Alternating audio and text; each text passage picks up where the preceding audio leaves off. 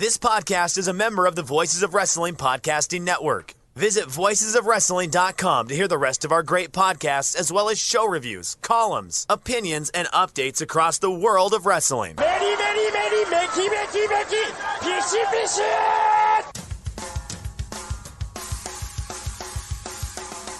You are listening to the Flagship Podcast with your hosts, Joe Lanza.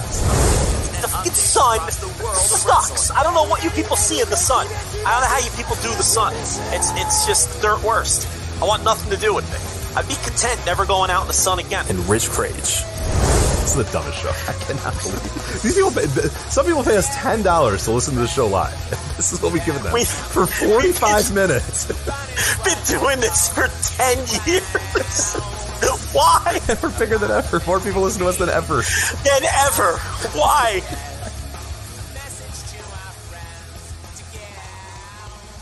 And we are live on the Flagship Podcast. I am Rich. He is Joe. Joe, what's happening?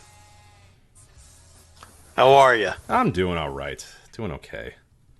Got G1 coming up. I got the baseball all-star game. Are you? I forget if we've ever talked if you're a baseball all-star game guy. I don't think you are, because I don't think you like any all-star games. You hate fun. I don't care. I don't care about any sports that are exhibitions and don't count. So home run derby is a non-starter for you too, then, right? I mean, the thing about the Major League Baseball all-star game and the home run derby is I'll put them on because there's literally nothing else on. Yes. It is. I think there isn't it the day after the MLB All-Star game? There is literally no sports on, right? Isn't that the famous day where there's nothing on? They would stuff the ESPYs on that. Do they still do that? I haven't watched the ESPYs in 25 years, probably. So that's when they do the ESPYs, yeah, during the All-Star break. But yeah, the day before and the day after the All-Star game, the 2 days on the calendar where there's no games from the 4 major sports leagues. That is correct.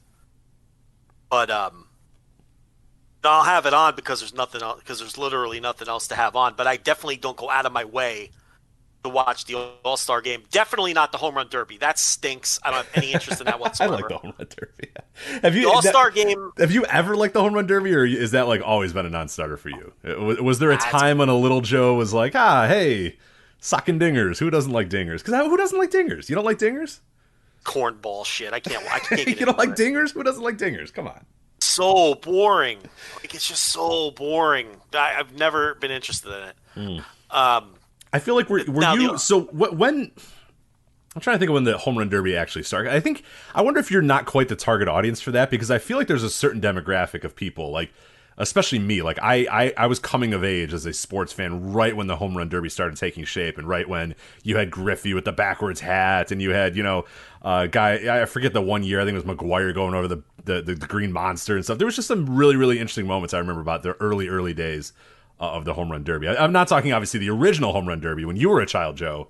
The ones where, sponsored by Chesterton's or whatever, where they were at the Wrigley Field in Los Angeles, one-on-one. It's just Willie Mays versus Joe DiMaggio socking dingers. Do you remember those too? You're talking about home run derby TV show from the 60s that ESPN Classics used to replay. That show was I think it was 1960, and the host was Mark Scott.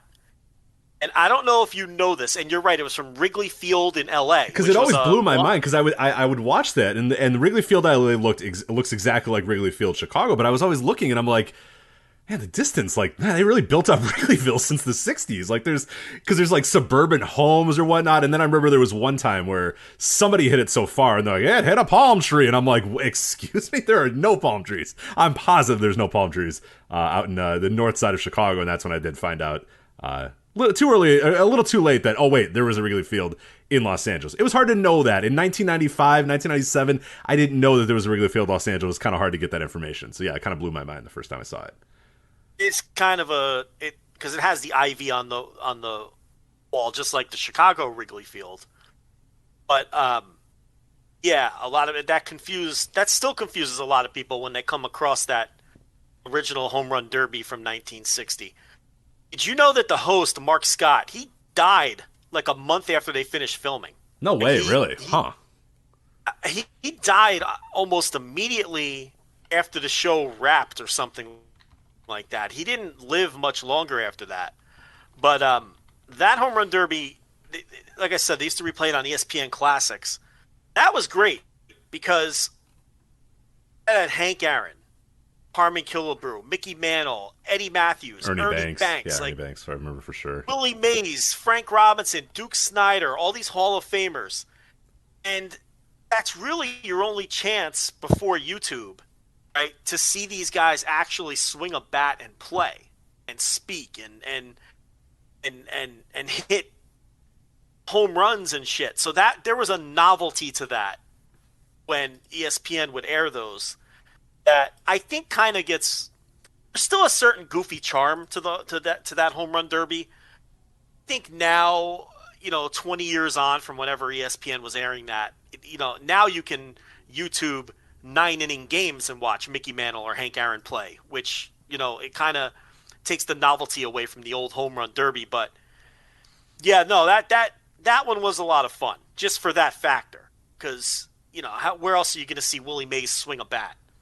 Right, but, and you got a little bit of their personalities too. I mean, there wasn't a ton in there, but you'd get Hank Aaron would finish his round or whatever and walk up to the announcer and the guy would be like, "Oh, how was the round, Hank?" And he's like, "Oh, I did pretty good." They weren't the most exciting people in the world. They were very like basic stuff because obviously it was the '60s and you still weren't able to be athletes still were held to a certain standard of what they could say and do and how they really wanted to act, and but it was still it was fine. Like some of the guys had played along with it a little bit, had a little bit of fun with it, but you at least got some of their personalities. Most of the personalities were like boring guys that hit dingers, but that's okay. It's all right. We didn't mind. A lot of guys had like old timey voice. Like he'd be like, "What'd you think of that round, Jackie Jensen?" Jackie Jensen would be like, walloped a few dingers there, didn't I, Mark? So, right, exactly. ALK line was like, I hit it out of the park. Did pretty well, I think. It's like, okay. Yeah. Just like, what the hell? Yeah, but no, I thought those were a lot of fun. But I looked it up. Mark Scott died July 13th, 1960. Holy crap. They ended it like... This is what I'm trying to tell you. The show aired January 9th to July 2nd, 1960. Whoa. He died like 11 days after the show left the air for that season. That's why there were no more seasons, because he died. And he was the producer and the host, and, it was his concept. So when I say he literally died right when that show wrapped, I meant it. Like 20 days after. Yeah, he's dead. Yeah, and he was 45 years old. So it says he died of a heart attack. So, I mean, he probably smoked 9 packs of Lucky Strikes per day. Well, I'm sure I think it was sponsored by Chesterton or Lucky. It was definitely sponsored by a cigarette company, so I'm sure he was pounding the cigarettes during the filming of the show. But that's, hey, it was what you did at the time. You take the edge off, you got a Chesterton, right? Come on. So the producer shut it down when he died. And what was interesting was at the time, he was developing a golf version of it with all of the golf stars of the day. That obviously never came to be because he died before it was able to get off the ground. So you would have had Arnold Palmer and whoever else was around in that era, maybe like Gary Player or whoever. And I don't know what that would have been. Maybe long drive or chip shots, who knows? But that would have been interesting too. But Arnie would have been a good guest on that show. I'm sure he would have had things to say. He was not a very quiet man in those days either. So, yeah, but the modern home run derby, I don't know. It doesn't do anything for me. I just think as an event, it's kind of dull. I mean, I just don't find it. There's a certain charm to it that I still enjoy. There's a certain charm to the MLB All-Star Game too that I still enjoy. Like, I will always watch the player introductions. I'll always watch the first couple of innings. Like, by inning 6, am I still like, oh man, here we go, the National League, roaring comeback here. Like, at this point, no, I don't care. But I always like the player introductions, and I think the same thing with the home run derby as well. I like the player introductions. I like, the beginning of it, and they have kind of sped it up a little bit where it's not quite as boring. as it used to be, because there was a time for sure when it was like, all right, we're in like hour 2.5 of, we're like hour 2, approaching 3 hours of this thing. Like, let's get going here. Let's go. And you can only see so many home runs, but there's a certain charm to it. I don't know. It's the summer. It's, like you said, there's nothing else on. I don't know. To me, I still treat it as like a TV event of just like, hey, I want to be home and I just want to not be doing anything that day. I just want to sit on my couch and watch it. I'm not intently sitting there going, oh man, I hope Joey Gallo pulls it out. Like, I don't care. It's just, it's just fun. There's nothing going on. It's the summer. You're kind of hanging. You're chilling. Like, it's a good thing to just have on in the background and watch. So I will definitely be watching it this year. I do prefer the All-Star game. Because of the history, and like you, I think you got to watch the introductions. The player introductions are a lot of fun. You like to see who gets booed. Yes, always a classic. Yeah, where were we in LA this year? We're in LA. Yeah, so I don't know. That'll be interesting to see. Well, yeah, I don't know. I mean, which LA is it in? Dodgers. Well, the Giant players will get booed. Yes. Obviously. Yeah, the Angels probably not. There'll probably be enough crossover of Angels fans. There's gonna be a mix. No one's gonna boo Ohtani either. Yeah, how do you boo Ohtani? You can't boo Ohtani anyway. So. No, I mean, yeah, there'll be a lot of Angel fans there, you would think. So I don't think they'll get booed, but the NL West guys will get booed, and then random players that are heels for whatever reason. I don't have the rosters in front of me, or maybe someone who beat the Dodgers in a big game at some point will get. It's always just fun to see who gets booed, but at least that has some history, and there's nothing else on, and I don't know if you're quite old enough. I'm just barely old enough to remember when I was really young, when the players really cared and wanted to beat the other league. Oh no, I was there for the tail end of that. I would say that kind of ended, 90, early 90s. Yeah, early 90s, 93, 94. Like that's once you get to the obviously interleague, I think is 90. When's full on interleague? 97. Time in the 90s, yes. I think it's 97 is full on interleague. Once you have interleague, it's like they don't. No, these guys don't care anymore, and they're they're bouncing around a little bit more. But no, I do remember the tail end of the '90s. I think still had or the tail beginning of the '90s still had a bit of that. But it's not at all like it was in the '70s or the '80s where those guys wanted to kill each other. I mean, but here's the thing: what we don't remember. See, people our age, we are even though they cared more about actually winning the game, we were still also in the era where they made sure everybody plays. Like everyone gets an at-bat, all the pitches. Our fathers remember the All-Star game where it was not only out for blood and they wanted to beat the other league, but the starters played all 9 innings. Like Willie Mays. Yeah. There were guys who just sat on the bench the whole time. They went to the All-Star game and they didn't play. It was like a real game. Right. Yeah. It was just managed like a real game. Like the starters played. Like the managers managed it like a real game. So and it would be like 25-man rosters. So it wasn't like these 40-man rosters that you have now or whatever it is where there's 19 backups at each position. You had your starters, you had like 5 or 6 pitchers, and you had like a 4-man bench, and you just played and tried to beat the other team. There's obviously the famous Pete Rose running over Ray Fosse at home plate and ending Ray Fosse's career. Yeah. Like he ran him over at home plate in an All-Star game. And ended the man's career, like because they wanted to win this game so badly. Like that era, we definitely don't remember. But I still remember they tried to do the fake, like, hey, this is for home field advantage in the World Series, and guys kind of tried again to care, but then very quickly they realized, like, they still don't care. So now I think it's nothing right now, right? Isn't it just kind of let's all have fun? It's not. There's no stakes. Number one. And no one really cares. They're out there laughing, smiling. Yeah, they're miking everybody up now. Like all the players have mics on, and they're doing the thing too. Which, and I'm glad. I'm glad we've gotten to this point now. I don't mind it. We've gotten to the point now too where they're just like putting guys in the game just for hey, here's a let's have Albert Pujols in the game. He's retiring, so why not? Who cares? Like why not have Albert Pujols in the game? Let people cheer him for a little bit. I'm fine with that too. I like where we've gotten with the All-Star game at this point because there was the weird we have to pretend that people care about this game even though nobody cares about it. And now they're all pretty clear that nobody cares about it. And I think that's healthier for everybody just to know what the score is going in. Well, yeah, and now if it's tied and they're out of pitchers, they just end it. Like you can end in a tie now too, which was very controversial. What year was that? Like 2000 and no, that was at Brewers 2002. I want to say 2002. Where they, yeah, and the managers were out of pitchers, and they went over to Bud Selig, who was sitting there, the commissioner. And like, one of the great memories of Bud Selig's tenure, he looks both ways, he looks at both managers, and then just shrugs, like, I don't know. Yeah. What do you want me to do? Yeah, and it's like, you know, because they make sure everyone gets in the game, but then if it's tied, they run out of pitchers, so it's a mess. But and that the problem was, I think that was for home field in the World Series. No, they did the home field then after that, I believe.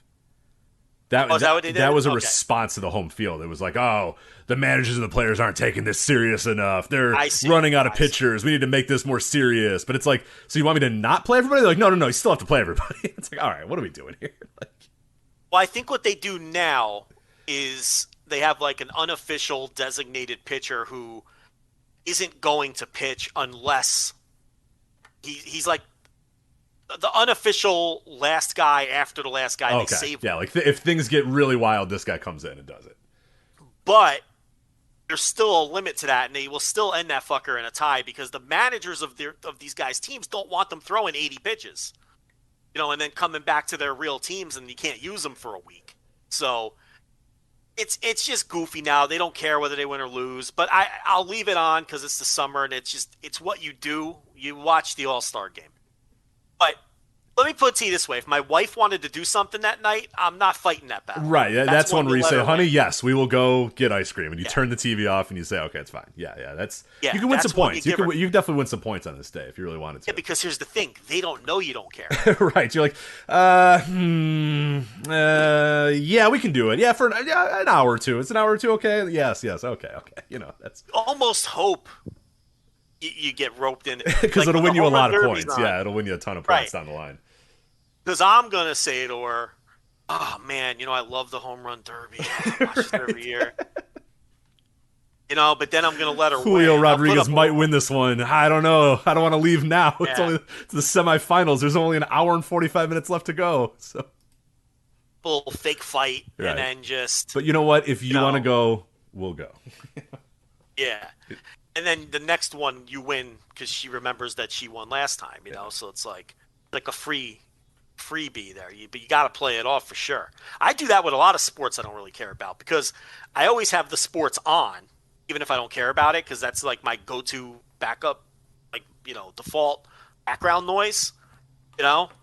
But she don't know what I'm really watching and what I'm not really watching, so you get to play that game a lot if you're slick about it. I always tell you, we'll go like apple picking or do something on a fall weekend, and I always forget when like the Bears are on a bye week or whatever, and there's so many random dudes out and like wherever you are, and you know all of them are doing the same thing where they, you know, Sunday morning wake up, kiss their wives on the cheek and go, honey, today is your day. You know, you can do whatever you and the kids want to do, I'm in. And she's like, what about the Bears? Oh, forget about the Bears, honey. They play 16 games a year. You know, today is your day. And it's like, oh, dude, come on. You know, and you can see the guys too because they have a look on their face. You know they did it. You know that these are guys that did that for sure because they have a look about them where they're just like, you know, I got a freebie here, and it's I want them in one respect, I want them to get caught, but in another respect, it's the best way to do it. It's the best play, so I got to tip my cap for it. So yeah, what White Sox are on the team this year? Tim Anderson is a starter.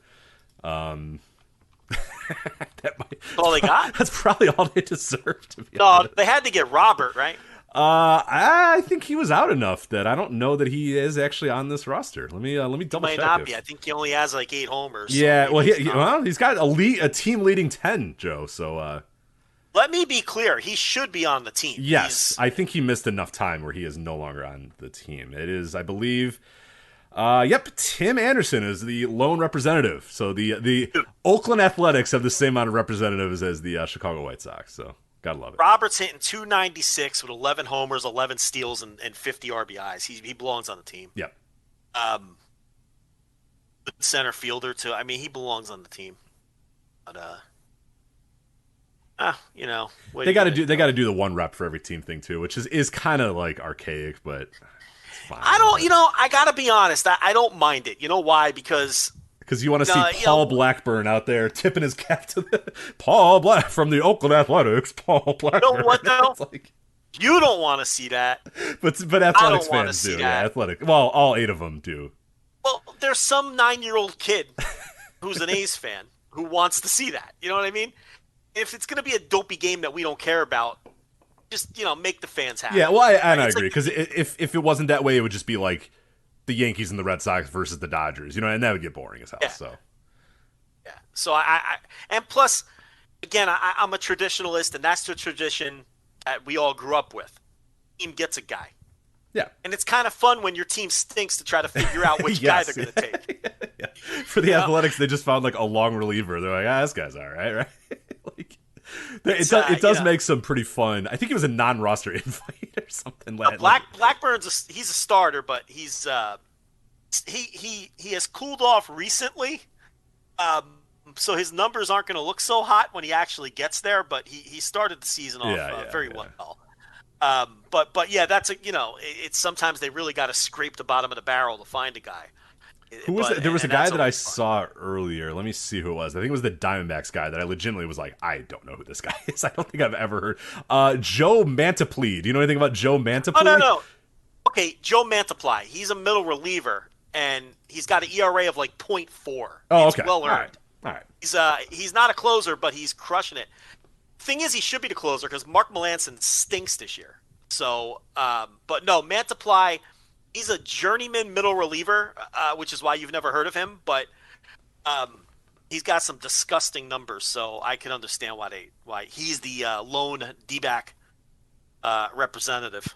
But, I'll allow it then. I'll allow it. But I admit that I do enjoy the especially going back in time and seeing hey, who was the Royal representative in 2003 or whatever? And it's some random person you've never heard of. You're like, oh, all right. It's they needed somebody, so they're like, you want to go? And he's like, yeah, sure, I'll go. So, no, I enjoy that. It's pretty good. But there you go. That is the All Set. It's coming up on Monday and Tuesday. The Home Run Derby on Monday. So Raw might not do great ratings wise on Monday, but we'll see.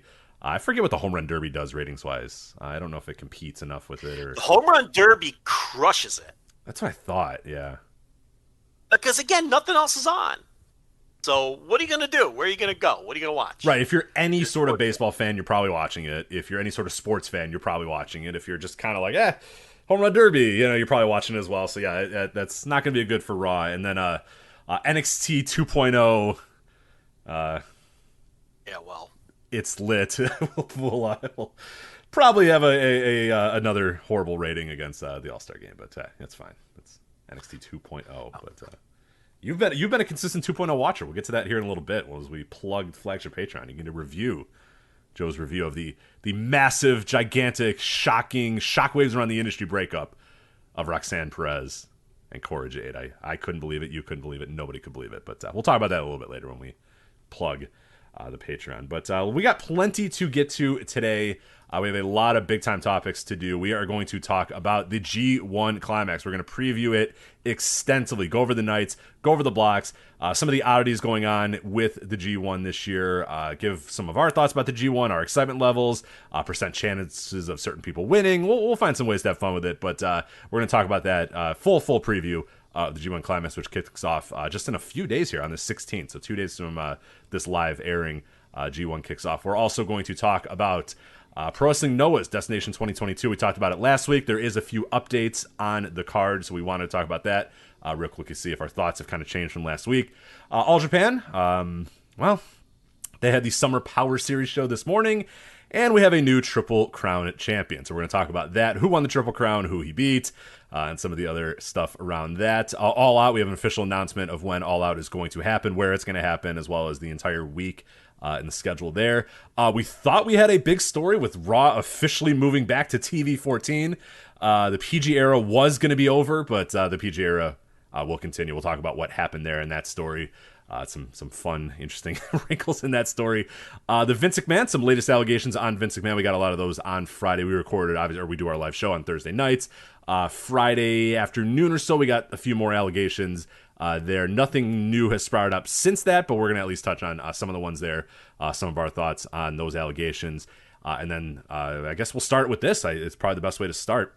The Sasha Banks post-WWE appearances, as well as January 1st and the day and why that day is important. But I do want to also let people know that this live flagship you can call into, and we will let you know when we are going to take calls. But if you've never been around for a live flagship where we take calls, let me explain this real quick to how you do this. So, okay, You're listening live right now. If you're listening live right now, good. You're a $10 subscriber at flagshippatreon.com. You're all set. You're good to go. What you also want to do is become a member of the Voice of Wrestling Discord. I know most people that are $10 subscribers, a good majority of them are on Discord as well. If you're not, this is a good time to do it. You want to be a member of the Voice of Wrestling Discord. And then what you want to do is when we say that we are going to take calls, and we'll say, hey, we'll talk about this and get your thoughts on it. When we say we want to do that, all you have to do is go to the Discord and hang out in the Flagship Superfans Q&A hold room. It's a voice channel all the way at the bottom of Discord. It's called Flagship Superfans Q&A hold room, and you stay there. And when when we're ready to get you, we will drag you from the hold room into the main room. I will give you a few seconds to connect, and then we will say hello, blah, blah, blah, blah, whatever your username is, and then we are off and running with the call. And please make sure that when we do say, hey, da, da, da, da, da, you're on the air, that you mute the Flagship stream so we do not get feedback as well, and especially not delayed feedback as well, because that would be awful, and it sounds terrible, and it's not fun for anybody. So we will let you know when we are going to take calls. We have some spots later in the show where we did want to have calls, but we will say, hey, we're going to take calls on this topic, and that is when you're going to want to jump into that hold room, and then we'll drag you on there, and then you'll talk. So we'll mostly we're not going to do like random Q&A. We don't need you to say, hey, who are your 10 favorite wrestlers of all time? Like, we're going to say, hey, we're talking about All Japan. What are your thoughts on All Japan? Hey, we're talking about the G1 Climax. What are your thoughts? Like, we want specific stuff. Maybe later in the show, if we got some time, we'll do generic Q&A. But for the most part, tonight it is just going to be Q&As on the actual topics at hand, or at least calls on the topics at hand. So again, flagshippatreon.com, be a $10 subscriber, be a member of the Discord, and then go to Flagship Superfans Q&A hold room, and then you will be put on the air. So, all right. Let's talk about Sasha Banks, Joe. We have some new updates for her. We do know her first post-WWE appearance, or at least first public appearance since walking out on the May 16th Raw, is going to be at the C2E2 show in Chicago next month. She'll be there August 6th and August 7th, signing autographs, doing a booth, doing all that sort of stuff. I've been to C2E2s in the past. I might find myself at this one again. But it's a comic convention, entertainment convention. Pretty big deal, apparently. I don't know if you saw. Did you see the number that she is apparently asking for? Which, good for her, getting that number. I believe I saw $30,000 for an appearance. So. Not only that, I think she's charging $90 for the meet and greet. He else is charging like $30. Hey, if no one's in her line, then she priced herself out. But I bet that line will be pretty long. So good for her. Well, if she's getting $30,000 off the top, I'd hope no one was in my line. Like I would, you know what I mean? Like that would be a bonus to me. Like, I get $30,000 and I don't have to meet all of these mutants. You know what I mean? So it's like, that's the best of both worlds. Or they're paying you $90 a pop, which isn't bad either. I was gonna say, or you get $30,000 and a bunch of people pay you $90 a pop to say, hey, what's going on with you? And she goes, you never know. I think, okay, thank you, and they walk away. So, can you sign my belt? Sure. I think it's kind of a good gig too. I think I can make do with that gig too. Getting $30K up front and then $90 a pop for these weirdos to sign their belts. So I don't know. I think I'm down with that. Yeah. But good for her for sure. But we also got this from Fightful Select, said that wrestling promoters have reached out to Banks. This is, I think, the more interesting part of this entire discussion. And have been told that she can't make wrestling appearances until January 1st. Now, what do we make of that? And I don't know that anybody else has officially been able to. I just saw that on Fightful Select. I don't know if anybody else has confirmed that, or that's what they heard, or any promoter said, yeah, that's what I've been told. But, I trust Fightful Select. I think there's probably a reason why they, had that report and sent that report out. So I don't know. What do you make of that? Where does that put this timeline? January 1st was a very strange date that I don't think we talked about it last week, of like, what dates would she be available? Would it be this date, or would she be able to do All Out? Would she be able to do Arthur Ashe or whatever? January 1st is a weird one. Is that a negotiated day, or like what do you make of that January 1st date that came up from Fightful Select? Well, I think you're burying the lead here. I think that means that she has in fact been released. Because why would she tell people she's available at all if she was still under WWE contract? Yeah. So she's obviously been released, or has some sort of deal where she's going to be released or something. And, she's choosing not to get back into the ring or take pro wrestling bookings until next year. She's going to chill out for 6 months. It's really not a lot of time. I mean, we're halfway through July, so it's not like January 1st is, a million years from now. So, she's probably got some kind of non-compete to begin with. So she probably can't even legally wrestle or negotiate a new contract with anybody until August or September or whatever. And then from there, you're really just looking at a couple of months before January rolls around. So what's she going to do? She's going to take $30K to do these dopey conventions. She's going to charge people $90 to take an uncomfortable picture with her. And she's just going to hang out and let her body heal. And then in January, we're raring to go, So I understand it. But I think what this tells us is she's free.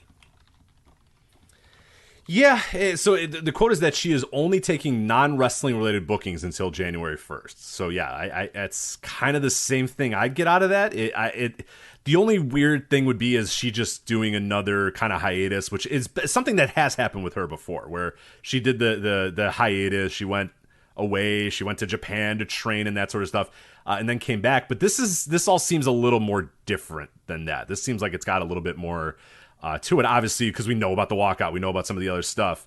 I don't know. It's I guess does mean she's done, but it's just, it is kind of surprising that neither side will just say it. It has to be through these weird back channels of promoters reaching out to her, and I'm only taking non-wrestling bookings till January 1st. I don't know. I just wish we'd get, Sasha Banks is released from her contract. It just seems like an easy way to do this, but I don't know. It's strange. But here's the thing. If it was she's going back to WWE on January 1st, she wouldn't be telling people, I'm only taking non-wrestling bookings until January 1st.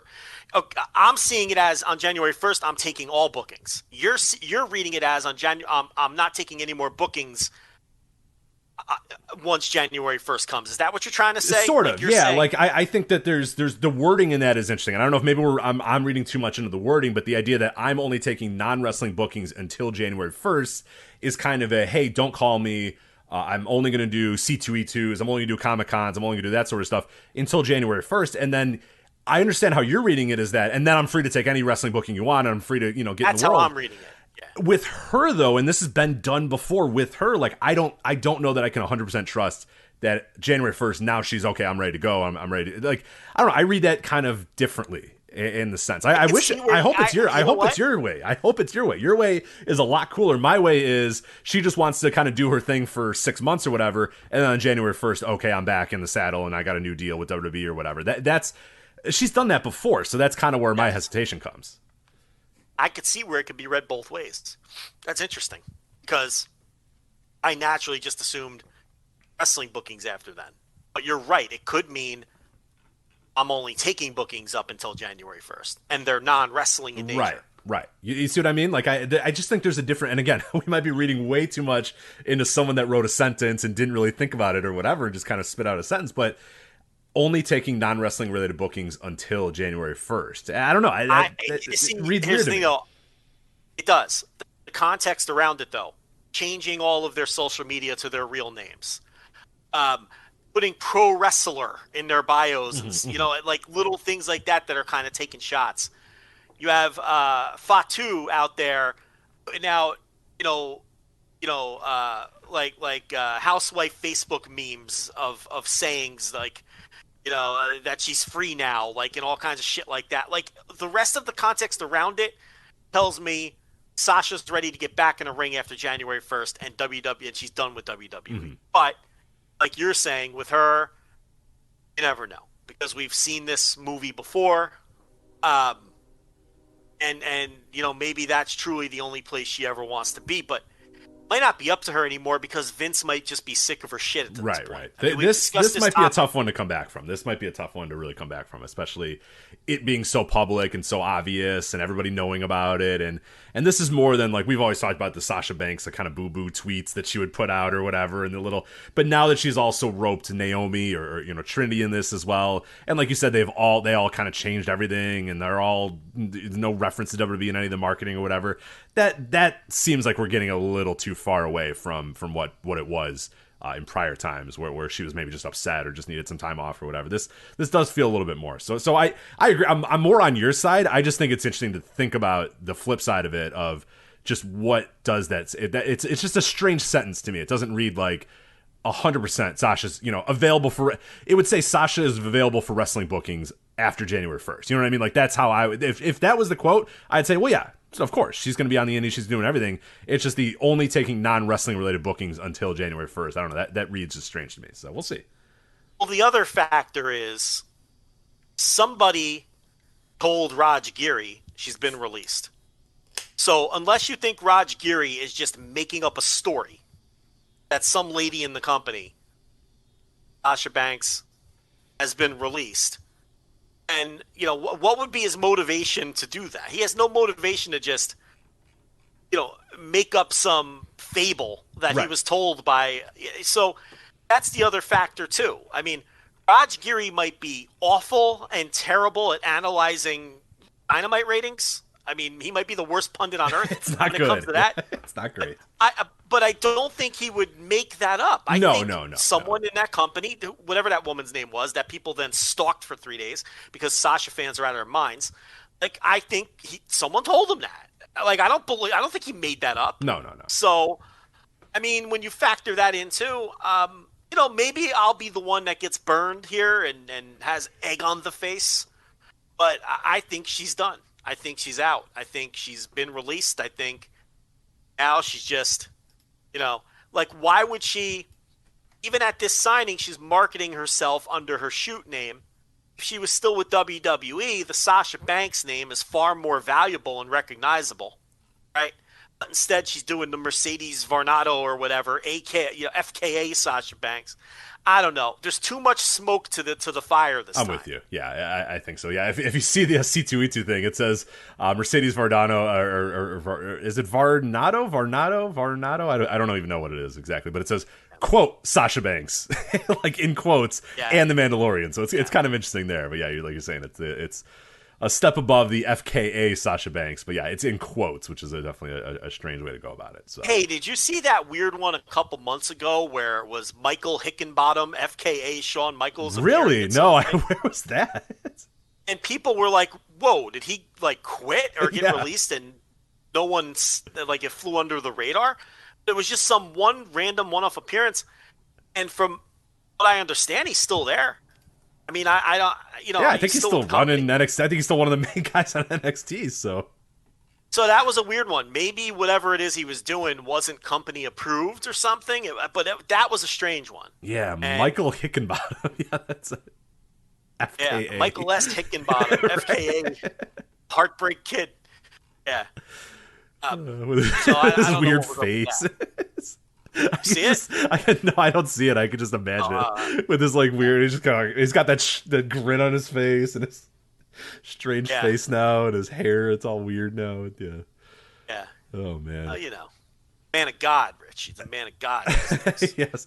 I do wonder what are the stands going to do here. Have we thought of the stands? Have we discussed the stands? What are they going to do? Where are they going to go? Will they move on? Are they Banks for life? Like, where are we with the stands? I have to discuss the stands. We're gonna follow her, man. I think. You think they're there for life? Oh yeah. If she goes to AEW, you mean? Yeah, just anything that she does. Like, are they gonna follow her on the indies? Like, are they gonna say she? I mean, she's going to AEW, obviously. Well, I mean, if she's available. She's not going to MLW to wrestle Holiday. Okay, so she's maybe she wants the world. Joe, the world of MLW never stops. How dare you? All right. Well, she wants that welterweight title, huh? Yeah, come on. Can't wait to get her hands on that. Get on BN. Everybody dreams of being on BN at some point in their life. So it's true. But no, if she goes to AEW or if she does, some vanity tour for Stardom or something because it's just something she wants to do. Yeah, her fans are obviously rabid, and I do think they'll follow her anywhere, which will, add an interesting dose of discourse to AEW conversations on. Cannot wait. On Thursday mornings, right? So, no. I kind of hope she goes to MLW now that I think about it. No, I'm kidding. Obviously, I want her on AEW, but yeah. The added element is most of the WWE stans, the Diva stans, fucking hate Britt Baker with a passion. Yes. So a Britt Baker Sasha Banks feud, or boss Mercedes Vernado the boss, whatever she's going to be. I mean, that could be the thing that kills Twitter dead for good. So if you're looking for positives out of it, okay, I'm starting to see. Rich is rubbing the chin over there. Wait a minute. Yeah. We had Twitter was down for a couple hours yesterday. I was like, oh, thank God. And yeah, this could do it. Yeah, the Brit Sasha feud could do it. That might be it. So okay. Yeah, but no, to answer your question, yeah, they're obviously going to follow her wherever she goes. They're rabid fans. They're loyal fans. Khan would obviously push her very well. I don't have any doubts about that. I'm just thinking about Sasha Banks versus Britt Baker and the money that could draw. Sasha Banks versus Jade Cargill at some point. I mean, that's got dollar signs all over it. So there's a lot of different ways you can go, and those would all potentially be legitimate main event matches. Not when Tony main events Rampage with some fucking, Nyla Rose match or something, and we all know it's not a real main event. I mean, like legitimate, bona fide real main event, yeah. Money drawing main event matches is what you'd have on the table with that. So, yeah, but I guess we got to crawl before we can walk. Yeah, we got some time. So we'll wait and see if we get anything new on this. But yeah, that's what we got. But I will go, Joe. I will take one for the team. I will go into the line. I will pay my $90 and say, "Hey, Mercedes, when are you going to AEW?" And then I'm sure she will give me a very detailed answer and give me all the information I could possibly want about her ongoing free agency. So I will do that for you, Joe. I'll do that for the listeners. So. And if she signs an 8x10, she signs an 8x10. I paid $90. I got to get everything you can get out of your $90, right? True. You're going to get a picture and... Oh, a mark pick? Yeah. Got to get a mark pick, right? Should I do the fist? Like that where we're both holding up the fist? Like that mark pick? Or, I'm not going to do the creepy, like, put your arm around the women's wrestler thing. I think I'm just going to go with the fist, right? Oh, you're not going to go with the prom photo? The prom photo. Oh, my God, the prom photo. Ugh. Oh, it's making my skin crawl just think. You close your eyes and don't you think of the Becky Lynch one? Yes, where she's balling up her fists. One I have every time I think of what's the creepiest thing I possibly think of, it's that one. That picture, Becky Lynch looking like she wants to be anywhere else on the fucking in the galaxy than doing a prom photo with some weird dude. And yeah, her fists are all clenched. Oh my God, I hate it. Fists are clenched, her knuckles are white, every muscle in her body is tensed, the veins are coming out of her neck, and she's like, "Get this stinky man off of me." How did that happen? They just overstepped their boundaries, I guess. I don't know. And I guess they're just too polite to tell these creeps to keep their hands off. But it's horrible. Yeah. Do you remember we used to make, like, as a society, I don't mean me and you, but, like, do you remember as a society we used to make fun of Hoverhand? Like, ooh, I don't know if I remember Hoverhand. Oh, you don't know Hoverhand? Okay, so Hoverhand was a funny thing where, like, an awkward guy would take a picture with a hot girl, and he'd put his arm around her, but he would hover it over her shoulder. Oh, yeah, okay. I didn't know that had a name. Okay, Hoverhand. I got it. It's called Hoverhand. So, you'd make fun of people who did the Hoverhand because they weren't confident enough to actually touch a female, right? Right. Or the female didn't want them to touch, which is fair in both respects. Yeah. But now it's like you almost wish Hoverhand came back, right?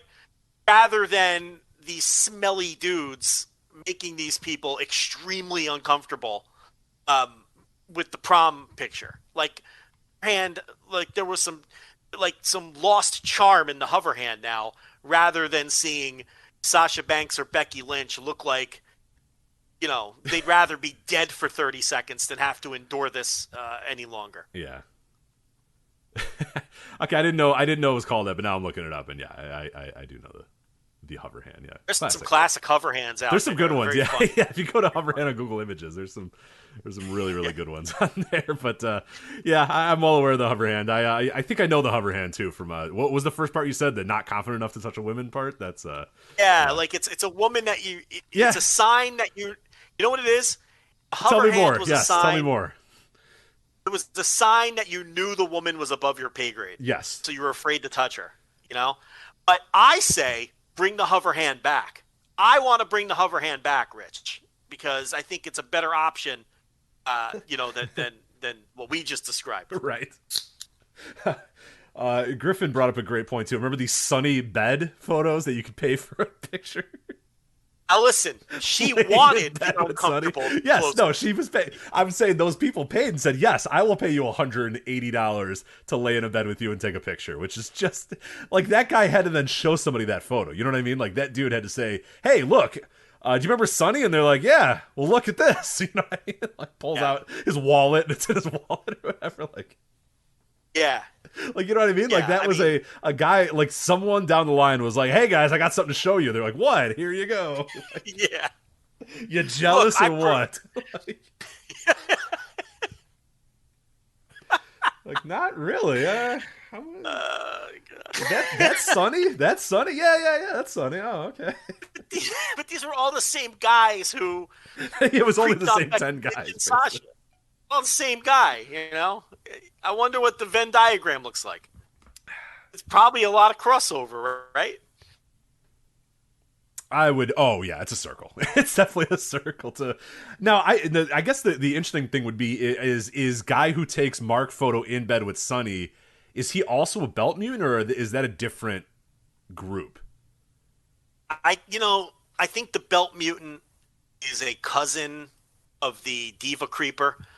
They're in the same family for sure. Like they're related. They see each other at Thanksgiving. There's no question about it. But I don't think it's the same.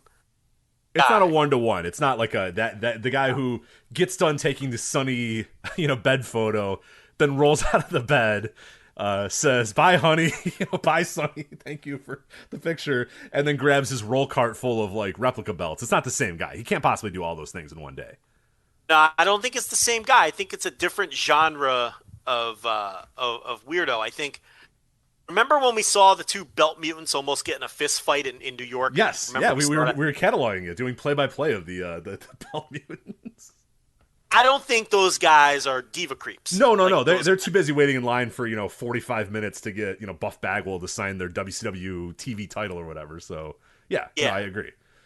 So no, I think they're related, but they're not the same. Right? They might like. I think they respect each other's game, but they just play different games. You know what I mean? Like this guy's got to wait 3 hours, to get Ric Flair to sign a belt. He doesn't have time to be doing photos with Angelina Love or whatever. He's busy. He's got stuff to do. So I get it. Angelina Love. She was right there. She was next to the belt mutants. You don't. That was, man, the WrestleCon walkthrough. That we should have filmed that. That was great content. We've gotten canceled many times over. But Joe Rich and Rob Stryker walk around WrestleCon and just bury wrestlers for 2 hours was something else, man. Taking in the humanity at that event, it was just it. You think so you have autograph collectors, you have belt mutants, you have all these different genres. Figure guys too, guys that get their figures signed. Figure guys. So do you think in the diva creep world that there's rare opportunities like, guys, I got a picture with the cat. I finally, after all these years, I tracked down. Carter. I got a picture with Stacey Carter. Yeah. Right. Like, do you think that's a thing? Like, there's some hard to get creep prom picture opportunities. You know what I mean? Compared to your standard issue, it'd be pretty easy to get the WWE divas because they have these events at every pay-per-view and whatnot. But maybe it's a challenge to get some of your more obscure, to get a Kimono Wanalea or something. Right. To get Tori, WWF Tori, not Tori Wilson, the other Tori. You know what I mean? That's a tough one. She doesn't come around all that often. So yeah. So I think in that world, is that a thing where it's I would guess it probably has to be, right? It's got to be. You would think, right? Like any other hobby, except in this case, you're collecting actual humans, which makes it even extra weird. Right. Oh my god. Yeah. That's. I gotta. Never forget. I got Heidi Lee Morgan, 97. Yeah. It's my prize for that. That'd be a good get, Heidi Lee Morgan. Yeah. That shit was not. I don't know if you'd want it. Yeah. I don't know if you'd want it now, but you want to get it and like. Well, you just want it because it's rare. It's a rare. You're like, hey, look, I got. Do you have Hailey Morgan? No, yeah, you don't. I got her in '94 when she was feuding with Alundra Blaze. It's a fantastic. I think that might be a thing. The harder ones to get, the better. I can't believe you're besmirching Hailey Morgan. I don't know. You don't know what she looks like these days. Come on. I'm guessing terrible. Well, not probably. Just probably a guess. Great. Yeah, probably not great. But anyway, so that's our look at if you are one of those, if you're a creepy, what do you call them, diva creeps? You can let us know if the what the going rate for the cat Stacey Carter photo is. So or the prom photo with Stacey. All right, Griffin is in our Discord posting pictures of the Sunny guy. Like, okay, so apparently Todd's Autograph Arena, this guy who is in the bed with Sunny, and he's also in a fuck chair with Sunny. Believe it or not, wow. Yikes. Apparently also a belt guy too, and an autograph guy. So this guy Todd, I think, covers it all, but I think he might be a rarity. Todd's Autograph Arena, I think he might be a rarity. This guy might be doing it for the bit. You think Todd's in on the joke? I don't think Todd's in on the joke. Tough to tell. You think a guy who watermarks his photos with Todd's Autograph Arena isn't? You know what? You make a good point. I gave him way too much credit.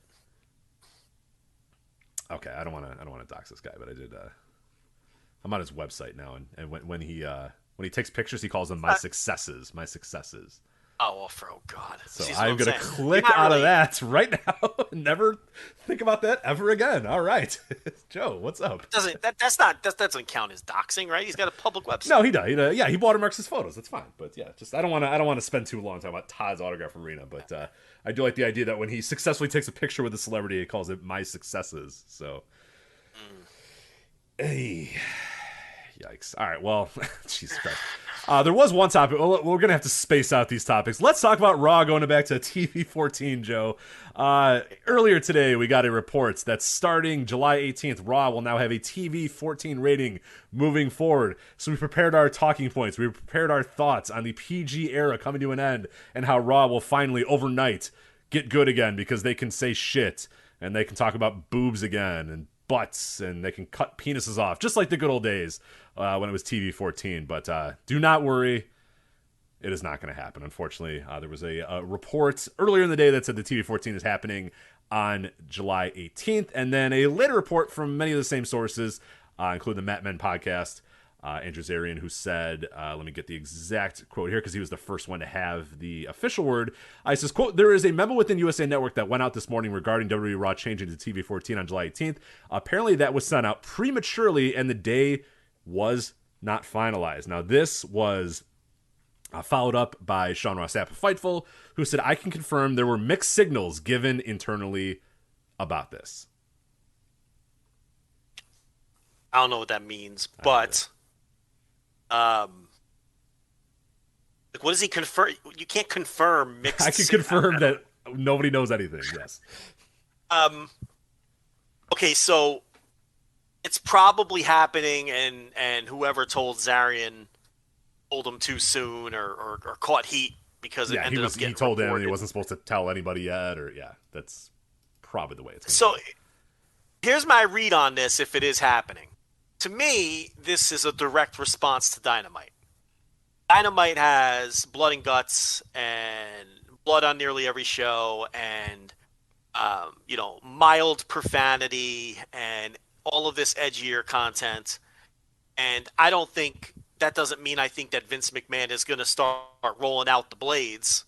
You never know. He's been that hypocritical before. But I do think if their prime competition for these television contracts is going to have any kind of edge on them, meaning, slightly edgier content, then if they can, get it past their own sponsors and sort of, rub down their own content and make it a little edgier to compete in that same way, then I this feels to me like a direct response to Dynamite.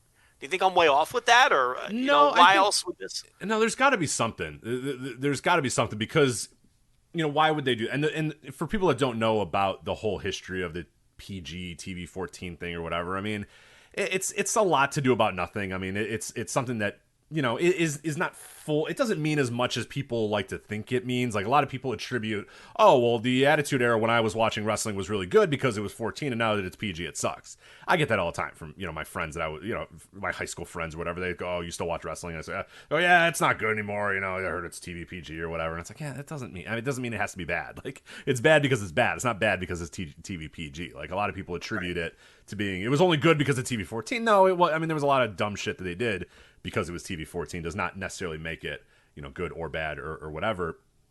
But, you know, it largely changed the TV PG as a result of advertisers. You know, Mattel was probably the biggest driver in telling WWE and telling Vince McMahon, like, look, we're going to invest a lot of money in you guys, but we're not going to do it if you're going to be a sleazy product. We're not going to do it if you're going to have, you know, this be TV. There was a certain prestige about being a TV PG over being TV 14, and it was arguably one of the best decisions that company ever made business wise, because then it opened them up to a bunch of new advertisers. Then NBC Universal was able to open them up to a bunch of new advertisers. They were able to get, you know, better TV deals. It was to their tremendous benefit to go to PG, and even if it didn't mean a whole lot, even if it really wasn't a complete shift in what they did in the products, and it really was, you know, over time they did shift in what they were doing, you know, over the 2000s, and then obviously into the late 2000s, early 2010s, they very, very much got rid of the TNA and some of the other aspects of this and went full on, like, quote unquote PG or kid friendly or whatever. But,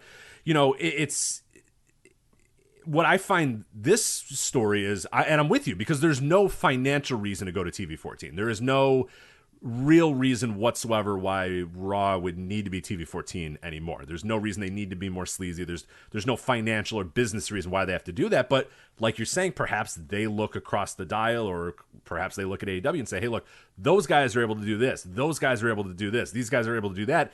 It was, and it's not uncommon from, if you followed during the Monday Night Wars, Eric Bischoff would get very angry all the time, even at the time. Like, he gets angry about it nowadays, you know, because he likes, you know, just kind of figure out any excuse he could possibly come up with for why he failed. But even at the time, he would say, one of the things that we aren't allowed to do what WWF is doing because they're able to do this, whereas I can't get stuff to get past standards and practices. I can't do the stuff that WWF does. I can't do the raunchy stuff that WWF does.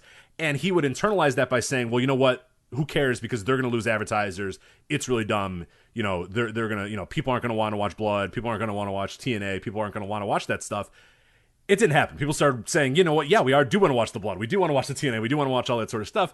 And it ended up, you know, being a big part of what made WWE successful. I mean, there was a lot of other things that made WWF successful, but it was a big part of it as well, is that they were able to be a little raunchy. They were able to take things up a notch. They were able to copy some of the stuff that ECW did and do that. So I'm with you that there's a weird thing here where I think business-wise this isn't a good move, but I do think internally they maybe think, to compete on the level with AEW, we do need to maybe be able to have the ability to stretch things a little bit more and have blood and swear every so often and be able to be edgy to a point, maybe not full on sleazy like they were before, but at least be able to push up against that edge a little bit where they can't do when they're TV PG.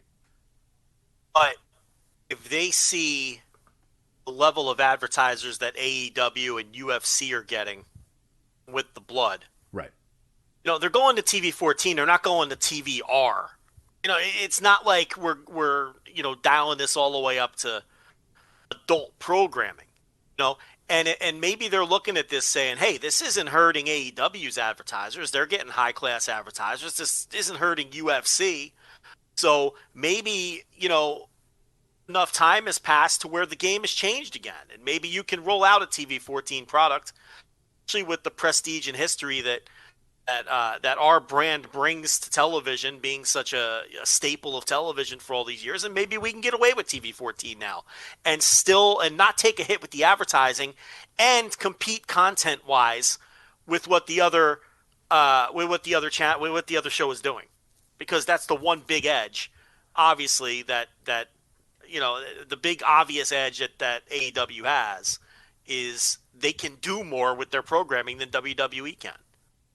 So I don't know. I could be totally off base, and I might be wrong about this. It's just there has to be a reason why they're doing this. I mean, there's no business reason why. There's no meats and potatoes reason why. I mean, you know what I mean? Like, there's nothing. Everything they've been doing has been fine. Everything they've been doing business-wise has been good. They're getting good deals. They're getting good advertisers. They're getting great TV contracts. Like, there's no reason whatsoever.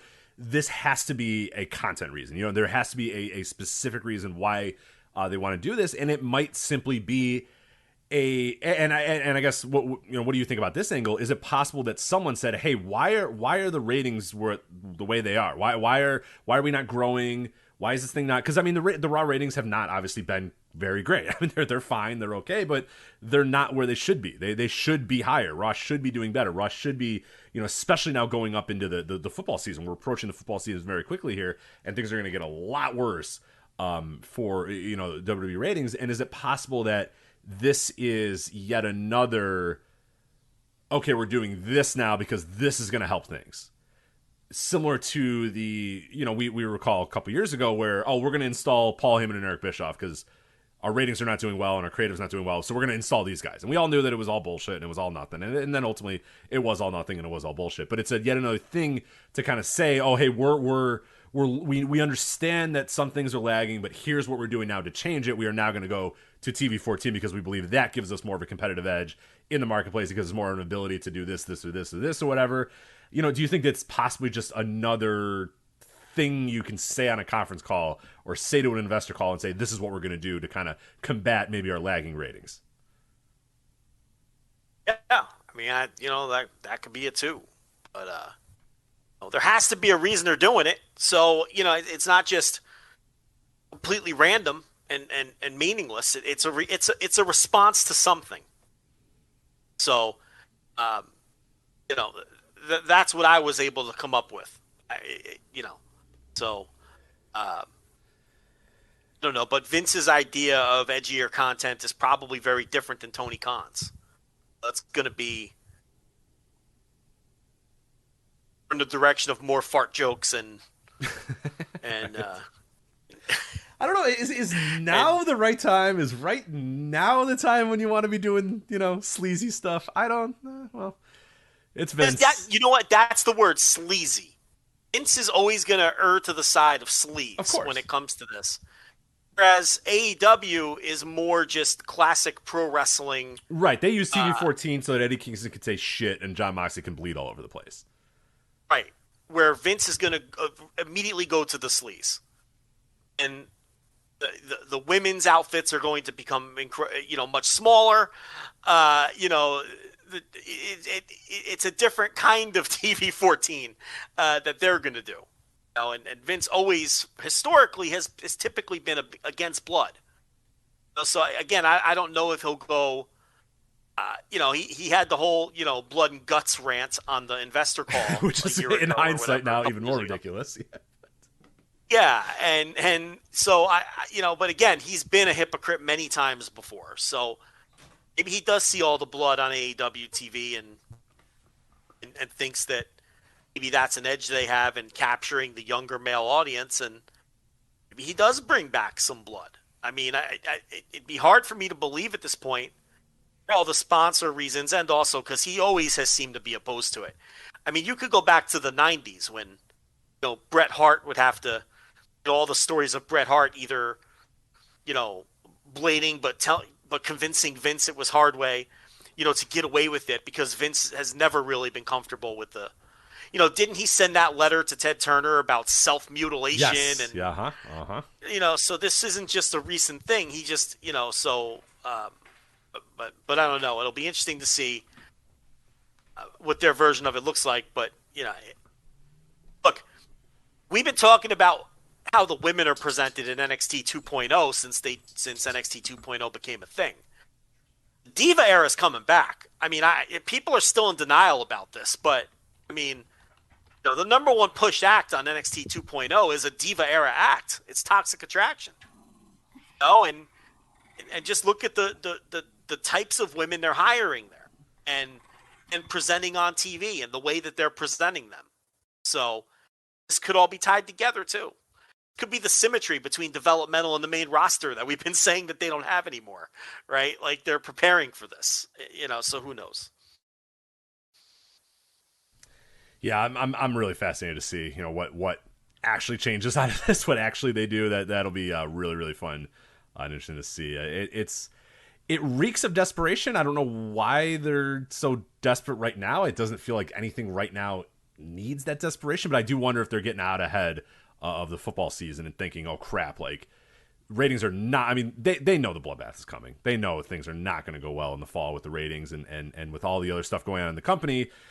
Yeah, I don't know. It's it'll be interesting to see what ends up happening with this. But I do not think, unfortunately, guys, I do not think Raw will immediately get good overnight, just because now it is TV 14 and there's more boobs and people make fart jokes now and talk about their dicks. I don't know. I don't know if it's going to make Raw good overnight. I still think that it's going to be a horrendous show. But we'll see. We'll see. I will I will see if I'm wrong after July 18th or whenever the date actually is that they're going to do it. So PG era is potentially over very, very soon. But what is not over very soon are the allegations against Vince McMahon. Few more came up on Friday. Wall Street Journal has been doing incredible work from this from the beginning, discussing just diving into all these allegations, all these NDAs, everything that's going on here. So this happened on Friday. We record, obviously, the Flagship on Thursday. So on Friday, some more stuff came out. Quote, McMahon agreed to pay more than $12 million over the past 16 years to, quote, suppress allegations of sexual misconduct and infidelity, an amount far larger than previously known. So I'll go bullet point by bullet point and see what you say there. But yeah, $12 million over the past 16 years to suppress allegations of sexual misconduct and infidelity. These are the new allegations that we hinted to people were coming, that right. were going to involve on-screen and contracted talent, and as opposed to office personnel or people that worked for him, behind the scenes or whatnot. And this probably is not the end of that either. I mean, I heard that there's even more stories coming from the Wall Street Journal side, as they get their ducks in a row and make sure they've got all their facts straight and whatnot. So, and eventually, names are going to leak. I know that people were trying to do detective work and pinpoint who some of these women could have been, but eventually, if there's enough of these women, I think there's a strong possibility some of them will come out and tell their story. And otherwise, eventually, because some of the names are known by people inside the business, and I know Dave Meltzer said that he was passed along a name or two, and obviously other reporters are going to be privy to some of the names. Eventually, these things always tend to leak. And I think that there's more coming as well. So this is going to get worse before it gets better. This one didn't really seem to have the same kind of... Oddly, even though this report was way worse than the first one, in my view, it didn't seem to have the same impact. Maybe because the story is already out there. Maybe because Vince didn't grandstand and put himself and announced that he was putting himself on SmackDown this time around. I don't know what the reason was, but for whatever reason, this follow-up story to me was worse, but it didn't get as negative a reaction as the... Now, I will say this. More and more of the wrestling media has now come around on Vince needs to go. Yes. I was going to say, it didn't get picked up by the mainstream nearly as much. It was kind of a non-story for the mainstream, and over the weekend, you barely saw anything from the mainstream media about this one, whereas the first time you saw a ton. But all of the wrestling media finally, I think, was like, okay, this is not one person, one woman, one situation, one thing. Like, it did feel like the collective wrestling media all kind of said, okay, this is getting kind of ridiculous now. It's time to move on. Especially then the reports, I think, for Sean Ross Sapp from Fightful said that, like, Vince went backstage on Friday and said, fuck him, you know what I mean, about the allegation. It's just like everything that you read from the wrestling media was like, okay, we're done with this dude. This guy is just an absolute, like, get this guy out of this business. Get this guy out of here as quickly as possible. But yeah, like, the mainstream media, the mom test, it did nothing came out about this. I didn't hear anybody. Everybody was asking me, everybody I knew that knew I knew about wrestling, like, was asking me about the first allegations. I didn't hear shit about these ones. And I'm like, man, there's smoking guns in this one that relate back to the first one that make the first one even worse. Like, you guys, nobody seemed to really care or bring it up or whatever. It was very, very strange. Yeah, I had the same thought as you. I was like, wow, this did not gain any steam in the mainstream media. And what it might take and again, it's pro wrestling, so you never know. And I don't want this to, like, I want the names to come out because the people want their names to be out, or it comes out naturally or whatever. Not, dorks like Brad Shepard being like, hey, here's the person's name, here's who did it. You know what I mean? Like, we don't want that. That's not good. That doesn't help anything. But putting a name to these allegations and putting a face to these allegations always helps, really, it helps bring about justice more than usual. Because think of, and a great example of this that I was thinking of over the weekend was, think of the plane ride from hell. Think of what the plane ride from hell, what people thought of that until the Dark Side of the Ring episode. Like, that was a joke. That was a ha. Ric Flair got on the plane and waved his dick around everybody. It was hilarious. And then these guys got in a fight, and these guys got fired, and these guys got drunk. Ha. And like the Ric Flair thing, if you watch the Ric Flair, was it the 30 for 30 or the HBO doc? I forget. Was it 30 for 30 or HBO? I forget who produced it. Was either. I think it was. Wasn't it ESPN? I can't remember, but I know the one you're talking about. Yeah, I think it was a 30 for 30. They had a cartoon of Ric Flair waving his dick on a plane, and it was like, ha. It was done as a caricature. Like, look at how silly Ric Flair is. And then the Dark Side of the Ring comes, and everyone's thinking, well, what more do we need to know about the plane ride from hell? We all know about it. And then it's the stewardess saying, hey, I'm the person that Ric Flair forced himself onto. And it was like, oh, okay. And the worm completely turned on the plane ride from hell, because people said, holy crap, like, now I see what it did to this woman. This, it's not just, ha, Ric Flair waved his dick around, it was so hilarious. It's like, no, this woman, this is the pain that she's now felt from this. This is how she felt at that time. And I think that really, I mean, far be it, did it actually really do anything? That could be argued, I guess, because Ric Flair's about to have his last match. It's going to be a big old deal and all that sort of stuff. But like that I believe that did kind of change the perception of the plane ride from hell after the Dark Side of the Ring, where we put names to faces, we put faces to the allegations. And that probably will be the case here, where right now it's just a bunch of people that nobody knows, and a bunch of faceless people, and a paralegal, and a manager, and a former wrestler or whatever. Nobody. But if it is, hey, I'm X, and Vince McMahon did this to me, that might then maybe make people wake up a little bit more and say, okay, now we know who this person is, and this is how it made them feel, and this is what it did to them. Okay, maybe this is a little bit more serious. It shouldn't take that, but it does for some reason. It becomes more interesting to the mainstream, because then maybe your major news outlets want to interview this person. Right. Maybe they, it completely changes the game. And like you said, just putting a face to the story and humanizing it does make a difference. So because people could just relate to it more, and it's like if all of Harvey Weinstein's victims all remained anonymous, I'm not saying that he'd still be making movies in Hollywood, but certainly the tone of his situation would have been different too. But people were able to put faces and names to the horrifying stories as more and more women came out and said what this guy was doing to them. And he's one of history's great monsters. I mean, that guy's just, and it was people who were like, whoa, I've seen 100 of her movies. I'm a fan of this person. And it does resonate more with people. It does resonate more with people. So, and like you, I'm not advocating for people to go hunting down the names, but I think the names some of the names will eventually come out, and then who knows, that may cause a ripple effect. One woman might say, oh, well, so-and-so was brave enough to come out and speak on this. Well, maybe I'll tell my story too. Right. It's and not necessarily people who signed NDAs. That's the thing too. Like, right. The NDA people might not be able to, but there might be people to say, hey, you know what? This happened to me. I didn't sign any NDAs, but I've kept this quiet for this reason or that reason or whatever, for fear or whatever. Yeah. But now I'm ready to tell my story, and comes out and says, yeah, this happened to me, and then that's when hopefully once and for all things do really start getting in motion here, and it's like, okay, hold on a minute, this is maybe not somebody we need to have representing our company anymore.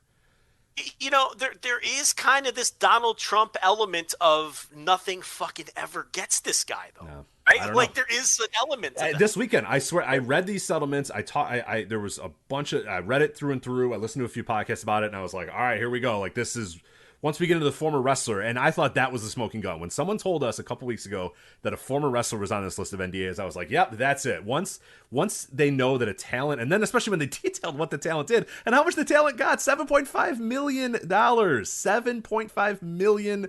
I'm thinking, well, that is got to be it. There's no business as usual.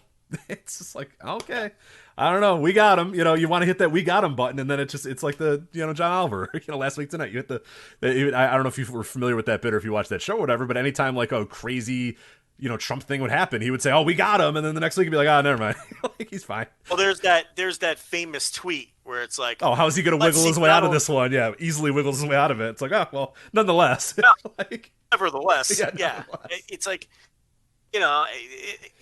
So there's kind of that kind of element to this, but I mean, he's 77 years old. I mean, I don't know, but there's more stories coming, and we'll see what happens there. He's kind of lost. After the first story hit, I think there was a decent portion of people who were like, he had a consensual relationship. He didn't want anyone to know. He paid her a little hush money. It's nothing we don't see in business. I think a lot of people had that attitude. Mm-hmm. I mean, I'm not going to say the name. I heard someone with a very popular podcast have that take, and I'm not shooting at the guy because I think he's hardly alone. I think that was an attitude that many people shared when the first story came out. I think when the second story came out, a lot of the people may have had that attitude or weren't particularly towards the first one, are now saying, oh, okay, this guy was clearly out of control. He got to go. This guy's you did see the worm turn with a lot of people to where it didn't after the first story. So in terms of whether a third story with even more damning, claims or evidence or whatever you want to call it, how that affects things, I don't know. You know what's fascinating to me, and then we can move off of this? I am just stunned that a Friday news dump is still a thing in the internet era. How is that still a thing? It still is. This isn't 1950, and I acknowledge that a Friday news dump is real. I don't understand why it's real. Like, it made sense to me in the fucking 50s because nobody would read the papers on the weekends or whatever. That adds up. It doesn't add up now when everyone has a phone. Everyone's constantly reading news. It's 24-hour news cycles. Why are Friday news dumps still effective? And they work. They still work. It's so weird. Doesn't make sense. Yeah, it is very strange. But yeah, this one was like Friday at, 11 a.m. or 10 a.m. or something like that. And it worked because the weekend came and went, and then Monday started, and it's just like, all right, business as usual. Let's keep moving on. So everyone has a relative. You, Rich, someone in your life who you go to their house and either CNN or Fox or whatever their news of choice is on 24/7. Oh, yeah, for sure. 7 days a week. My neighbor, I mean, every time I see his TV from my kitchen, it's always on a news station. Always on news. And sometimes it'll be on a like Monday Night Football, but then it's on news after that. It's news before, news after. Sometimes it's a major sport, but it's news 24/7 otherwise. So I don't know how this Friday news dump is a thing. And also, what are you doing creeping around your neighbor's window all the time? It's very big. Weird. Look, it's a TV placement. There's nothing I could do. All right. I'll show you. Is this the very, very Italian guy? Yes. Next door to you? Yes. Yeah. Okay. Yeah. Now, we don't want to dox him. No, we're not. But yeah, I know this guy's name. And it's it is a cartoon Italian name. It is just utterly. And he's kind of a cartoon Italian too. I love it. Yeah. It's utterly ridiculous what this man's name is. Only in Chicago or New Jersey. Well, I was going to say he's from New Jersey, so that's not my fault. Sometimes it's on Yankees baseball too. He's a big Yanks fan, so. Oh, there you go. When I told him that they got Anthony Rizzo on the Yankees, I broke the news to him, and you've never seen a happier adult male ever to find out that one Anthony Rizzo was now going to be on his New York Yankees. This guy was the happiest person you've ever seen in your life. Thinking, oh my God, Anthony. Well, Rizzo. those are his Chicago and New Jersey worlds just coming together. Colliding with it was just a perfect Italian boy in Anthony Rizzo. It just couldn't have gotten any better. All right, real quickly, the rest of the Vince stuff, and then we'll move on. Thankfully. $7.5 million settlement, as we said, to a former WWE wrestler who Vince claimed coerced her into giving him oral sex, then demoted her and ultimately declined to renew her contract in 2005 after she resisted further sexual encounters, according to people familiar with the matter. In 2018, the wrestler negotiated a $7.5 million payment in return for her silence. So big settlement with that one. A WWE contractor presented the company with unsolicited nude photos of Mr. McMahon. She reported receiving from him and alleged that he had sexually harassed her on the job.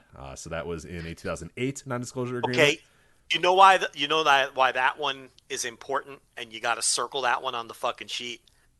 Nude photo thing, because that's the same allegation the tanning salon woman made. Yes. If you don't know about the tanning salon, that's a very, very big thing as well. Go back and look that up. Look up Vince McMahon tanning salon if you want. I think David Bixenspan did a lot of work on that a couple of years ago. But that's another one that, again, never really sticks to him. Just like, But look it up. Vince McMahon tanning salon, and you'll get all the details on that. Very, very similar to this one as well. Yeah.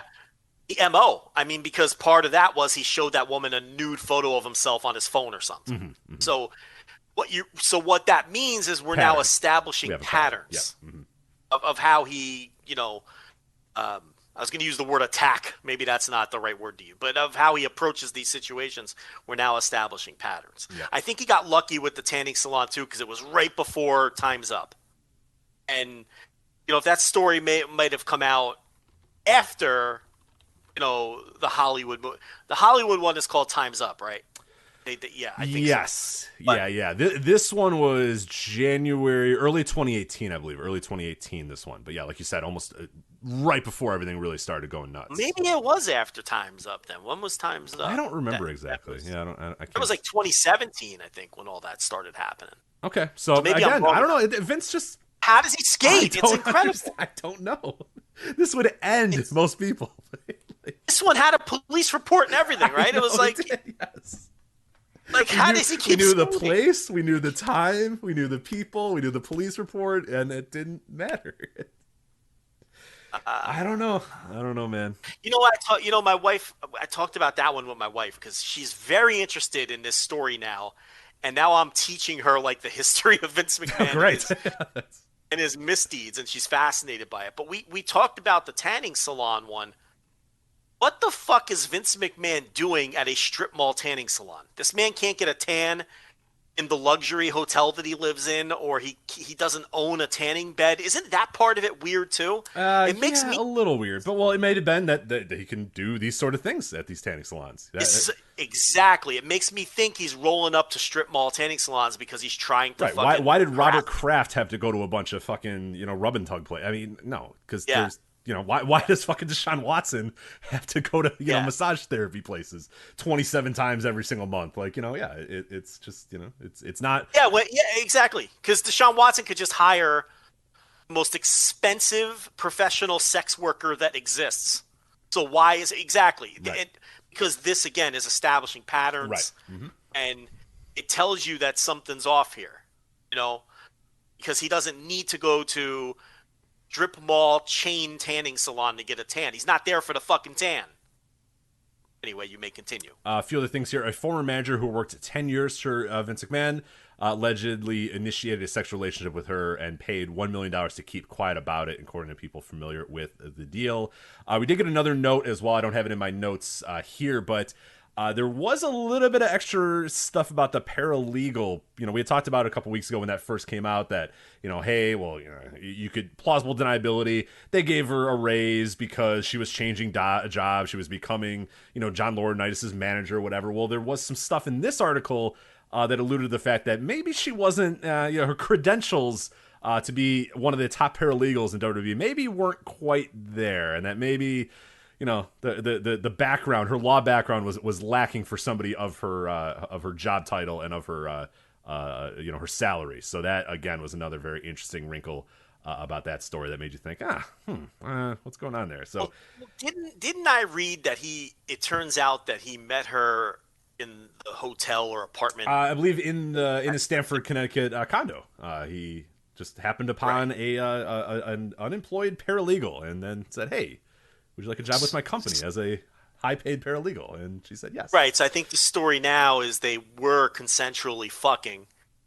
He gives her a job that she doesn't qualify for to make it easier to fuck her, I guess. Yes. And then all of the problems from there are the mysterious raise, the making her Johnny Ace's assistant and passing her like a toy, like the email said.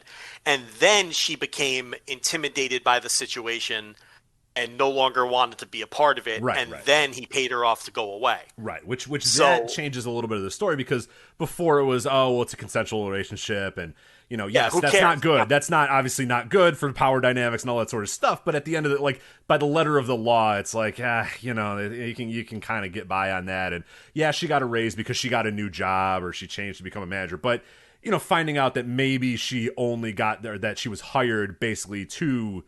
That changes the whole different dynamic. That's a very, very different thing we're talking about now. So that's, again, like you said, this should have caught more fire because it now gives us additional information about the first story. It just never did, though. It just never seemed to gather any more steam after that, which is very strange. And then the last note here, John Laurinitis. Oh, always John Laurinitis here. He had been the WWE Talent Relations head for 8 years when he was forced to step down in 2012 and take a small role at the company. His demotion, conveniently enough, came around the same time as a $1.5 million deal with the employee who alleged that she had an affair with Mr. Laurinitis and that he demoted her after she broke it off, people familiar with the non-disclosure agreement said. So was it a complete coincidence that he no longer was head of talent relations after an NDA was signed with an employee? Maybe, but maybe not. So again, another interesting thing for Laurinitis and his. He is definitely not going to live through that. He is already taking the fall. He's already going to be probably the biggest of the fall guys. But what happens next will be interesting to see with Vince. So yeah, great stuff. Really cool. Really, really cool. So we'll. As you said, and as I have said, and this is not it. There will be plenty more coming in the next weeks and months. Whether it sticks, whether it actually changes anything, we'll find out. But this is not it. So, all right. That is Vince McMahon's latest allegations, Joe. We got some other stuff to talk about. We're going to do G1 here in a moment. Do we want to take a minute to let people know about Flagship, patreon.com, patreon.com/voice of wrestling, because there is a lot of stuff up there right now. Yes.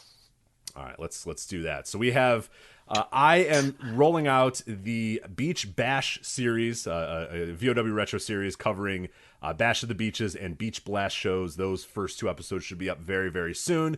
That is me covering the main events of various WCW Beach Blast and Bash of the Beach shows.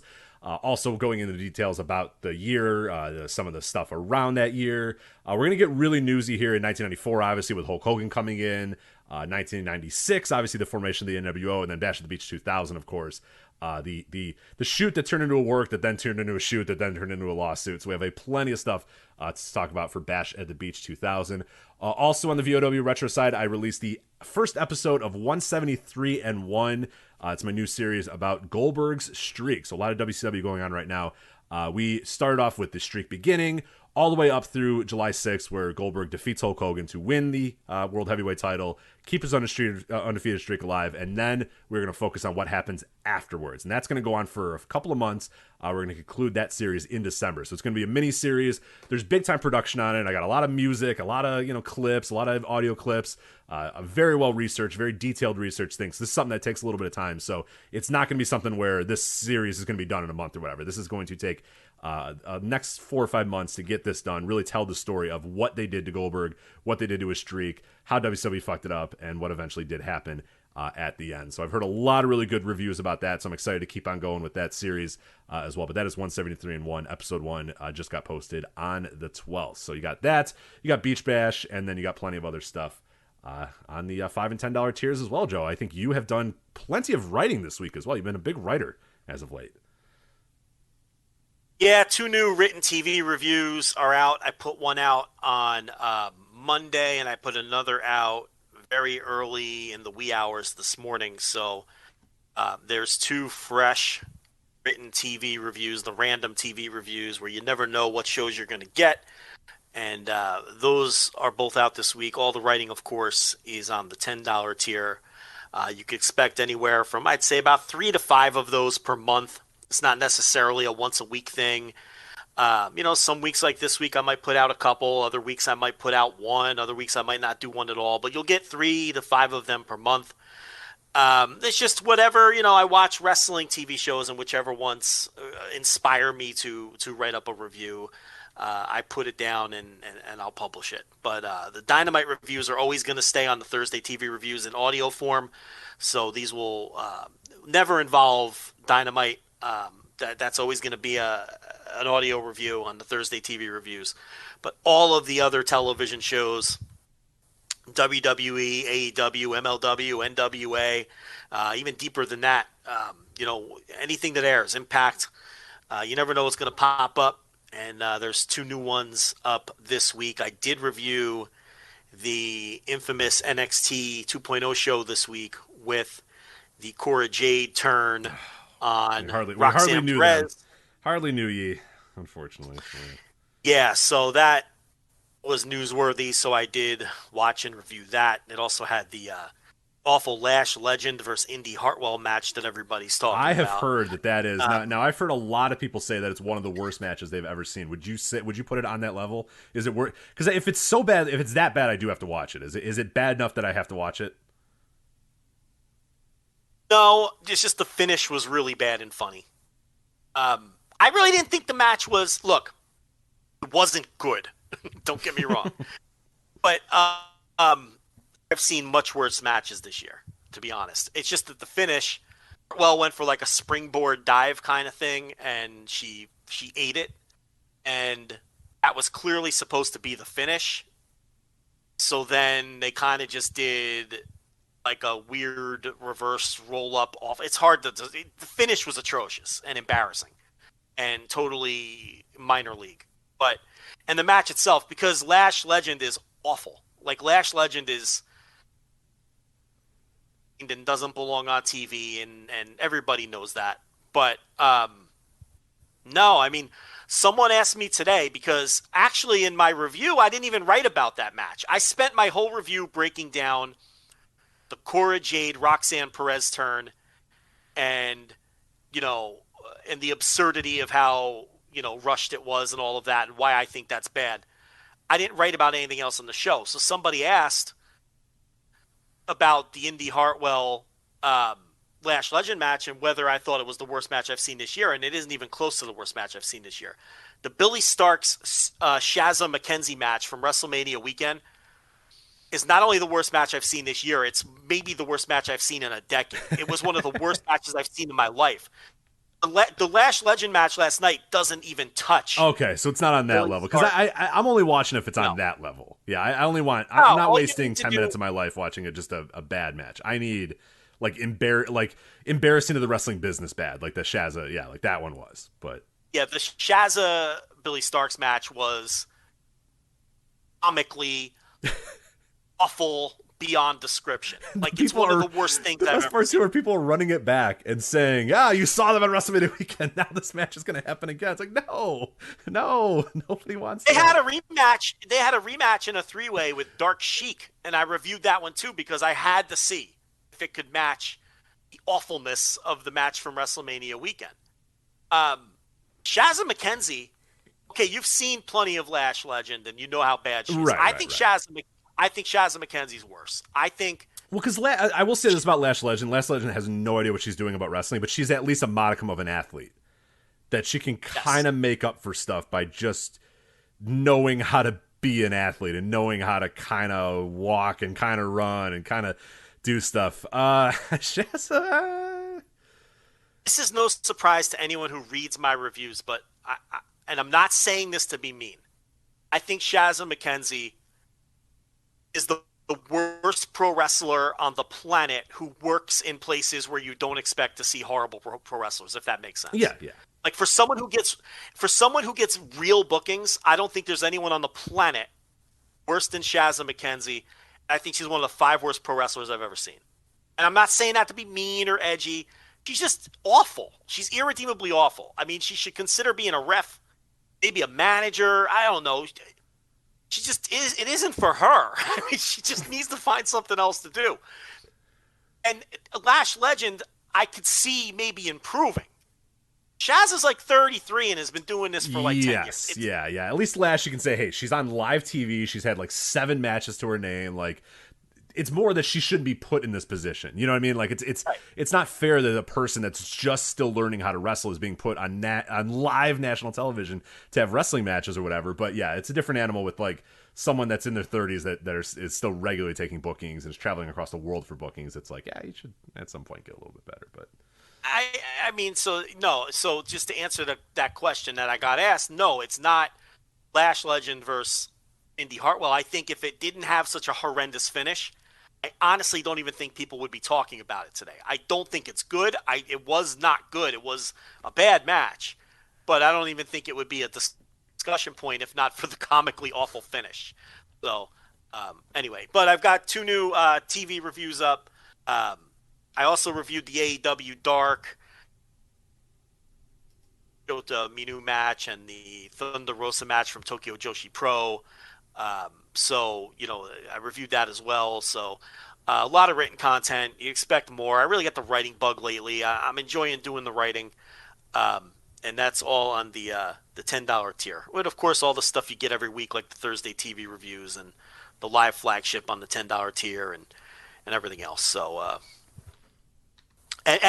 so I almost forgot. So, Death Before Dishonor. You will not be around. You're going to be out of town. Yes, so, I'm going to be at a beach. I'm going to be not that far, but far enough where I do not believe I'll be home that night to be able to watch and do the show. Was that the 23rd? That is Death Before Dishonor is, let me make sure. I believe you are correct, but I want to make sure I have the date right. The 23rd, yes, Saturday the 23rd. Okay, so there will be no live instant reaction on the $10 tier for Death Before Dishonor. What there will be is an old school $5 instant reaction, meaning it won't be live, but it will be up a reasonable time frame after the show ends that night. It'll likely be solo. I don't think I'm going to bring anybody on. I think I'm going to do it myself. But, I might decide to bring someone on. Who knows? So there will be an instant reaction for Death Before Dishonor on the $5 tier. Okay, so it won't be live, but there will be an instant reaction to that show. So if you're someone who subscribes for those instant reaction shows, don't unsubscribe. You're going to get one for Death Before Dishonor. It just won't be. We used to do instant reaction all the time on the $5 tier. Yeah. It's only the live ones that are on the $10 tier. So I am going to do an instant reaction for Death Before Dishonor, and I have made my decision. We'll be getting daily G1 audio as well, and that is starting this weekend. There it is. All right. The big question is if you were going to do the G1 audio or not, and you have decided yes you are. Okay. Also, $5 tier for that as well, because that's audio. So there will be daily G1 audio. I looked at the schedule. It looks manageable. Now, I can't tell you that there won't be a time or two where I combine 2 shows that are on back-to-back days. I can't tell you that won't happen, but it'll never be more than 2 shows combined into one. And I think I'm just going to do 1 show for each. And maybe, like usual, if you could tag in for 1 or 2. If you get burnt out and say, hey, look, I can't do night 15. I'm burnt out. I'm going to die. I'm more than happy to fill in for one of those days. Yeah. Or if I got something going on or something. Yeah. Well, the point is you'll be getting your daily G1 audio as well, which we've been doing ever since this Patreon existed. So, so that will fill out the rest of the month nicely. Yeah. Okay. We got a lot of stuff here. TV reviews. You got Rich doing 2 things at once, 2 audio series at once coming out of Rich. Written TV reviews, Death Before Dishonor, instant reaction, and daily G1 audio. So, if you don't think you're getting your money's worth in July, I'm sorry. We will never be able to serve you properly. Right. I think you're going to get plenty of audio for $5, plenty more for the $10. Yeah, you're going to get a lot of shit. So, yeah, if that's not enough, then I think that's quite possibly literally all we can possibly do. So, yeah, we have plenty of that going on. So plenty of stuff there for you. Flagship patreon.com. Patreon.com/Voices of Wrestling. And I talked about this last week as well, but if you want the entire archive of all the retro stuff we've ever done, that is available at VOWretro.com. That is an archive of everything we've done. It's got the Match of the Week playlist, so if you just want to hit play on the Joe's Match of the Week playlist, you can do that. It's got every single match that's ever been on Match of the Week. It's got every retro series we've ever done. It's got every deep dive we've ever done. It's got every link to every Jovember we've ever done. It is the easiest way to figure out our archives and figure out what we've done before, and that is all available at VOWretro.com. So you got that. One more thing too on the Patreon. So this I almost forgot too. If you're on the $10 tier and you're still running into $5 posts that you do not have access to, contact us somehow. DMs on Twitter, but it might take Rich a few days to get to those because he's not on Twitter all the time. The Discord, whatever it takes. Yeah, Patreon. Patreon's got a message system as well. Patreon. Yeah, just do it right through Patreon. We can go in and fix that instantly. It'll take 30 seconds if we know exactly what post it is. A few nights ago, I sat down at my laptop and I spent a good 3-4 hours going through and fixing a ton of posts so that they're accessible to every price tier. I'm not going to get into why that glitch exists, but there's some older posts that if you're on the $10 tier and they are $5 posts, you might not be able to access them. Just let us know what they are. We got all of the major ones, I think. All of our major series, Jovember and all of Rich's stuff. I went back and did all the house calls with the nurse. I went back and did all of the Thursday TV reviews. So, a lot of these are fixed, but you might come across, I did all the news updates. I did all of that, but you still might come across random pieces of content from before the $10 tier existed that aren't accessible if you're on the $10 tier. Contact us, and one of us can fix that like within 30 seconds from us seeing the message. It's a very easy fix. We just don't know which posts are still locked for the $10 tier. I've narrowed down the time frame. It's like November 2019 to like March 2020 or something like that, or November 2018 or whatever it is. But, there's still some that have slipped through the cracks. If you're paying the $10, you should have access to everything. Right. If there's anything that you can't get access to, let us know immediately because you deserve it all. And we can fix it. Yeah. So if you're on that $10 tier. So I just wanted to pass that along too. If there's something you want to listen to or read that you, for whatever reason, is still locked and you're on that $10 tier, we can get it fixed. Yep. It's a very strange glitch, a very weird glitch. It more has to do with how Patreon's set up than anything else. But it is an annoying thing. So yeah, if you do see that, feel free to DM us on Patreon or whatever way you want to contact us. Let us know, and we'll get that fixed for you. All right, we're gonna do G1, but real quickly, I forgot about this. Let's talk about All Out. The official announcement about All Out. It is staying in Chicago. The show will be on Sunday, September 4th at the Now Arena. So same place, the Sears Center, the Now Arena in Hoffman Estates. And they'll have a bit of a residency there as well. Dynamite will be live from that arena on Wednesday, August 31st. And Rampage will be live from there on Friday, September 2nd. So you got Dynamite, Rampage, and All Out all taking place from the Now Arena in the Chicago area during Labor Day weekend. So pretty much exactly like it was last year. They're sticking with the Chicago thing on Labor Day. I would tend to think that you can stop asking him about moving All Out of Chicago anytime soon. I feel like it's pretty much going to be there forever now at this point. So we'll see. Every ticket made available sold out instantly. Yep. Now, they've got ticket packages that are yet to go on sale, and they've got some general public tickets, but this is going to be another sellout. So... but they're running out of pops, though. but I don't know the business model. I don't know. They were down 18% year over year in 18 to 40. Jesus Christ! I always get confused about these Chicago buildings. Which building is this now, and have they been there before? This is where All In was. This is where last year's All Out was. Is the Now / Sears Center. Revolution was at the Wintrust Arena. That's where DePaul plays. You would have you have no reason to know about the Now Arena or the Sears Center other than the fact that AEW is running there. I think there was a TNA pay-per-view there, I want to say, one of the Bound for Glories, but otherwise there's nothing. Unless you care about the Windy City Bulls of the G League, then you have no reason to know anything about the Now Arena or the Sears Center. So I don't know why it exists, but it's a very close arena to my house, so I'm fine with it. It takes me like 15, 20 minutes to get there, so I have no complaints about All Out being there. And hey, if it's an all-time great show, I can get home in about 20 minutes and we can do another Instant Reaction Live, so that'll be great.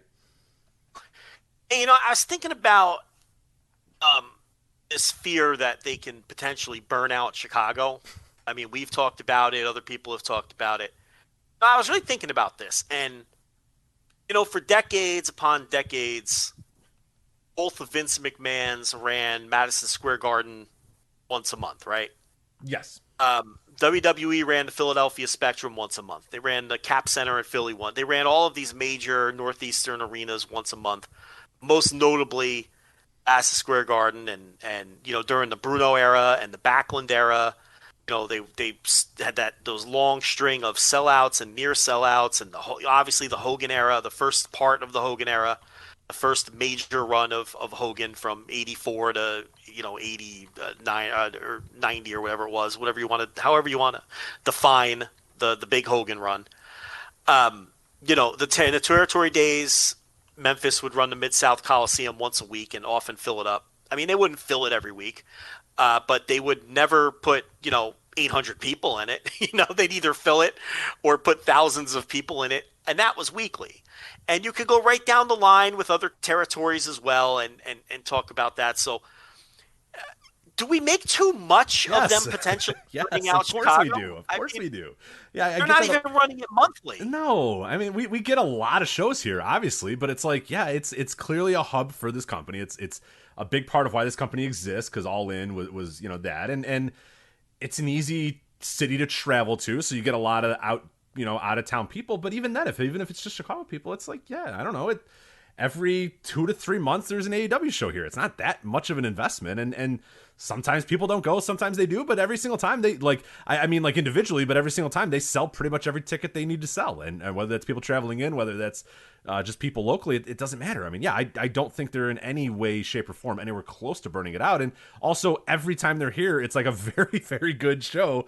Like, if you went to last year's All Out, I doubt you're going to say, All Out's here again. Forget it. I'm not going to that. No, it was like an all-time great show. So you're just going to go to it. And hey, if you went to Forbidden Door and you're thinking, All Out's again in Chicago, I don't think I could do that. No, it was an all-time great show. So you're just going to go. Like, I don't get that. It's just, it's absolutely something people make way too big of a deal out of, just because they have to find something to complain about with AEW. So now that's one of the other 47 things is, they're burning out Chicago. No, because every time they put tickets on sale in Chicago, they sell it immediately. So no, they're not burning them out.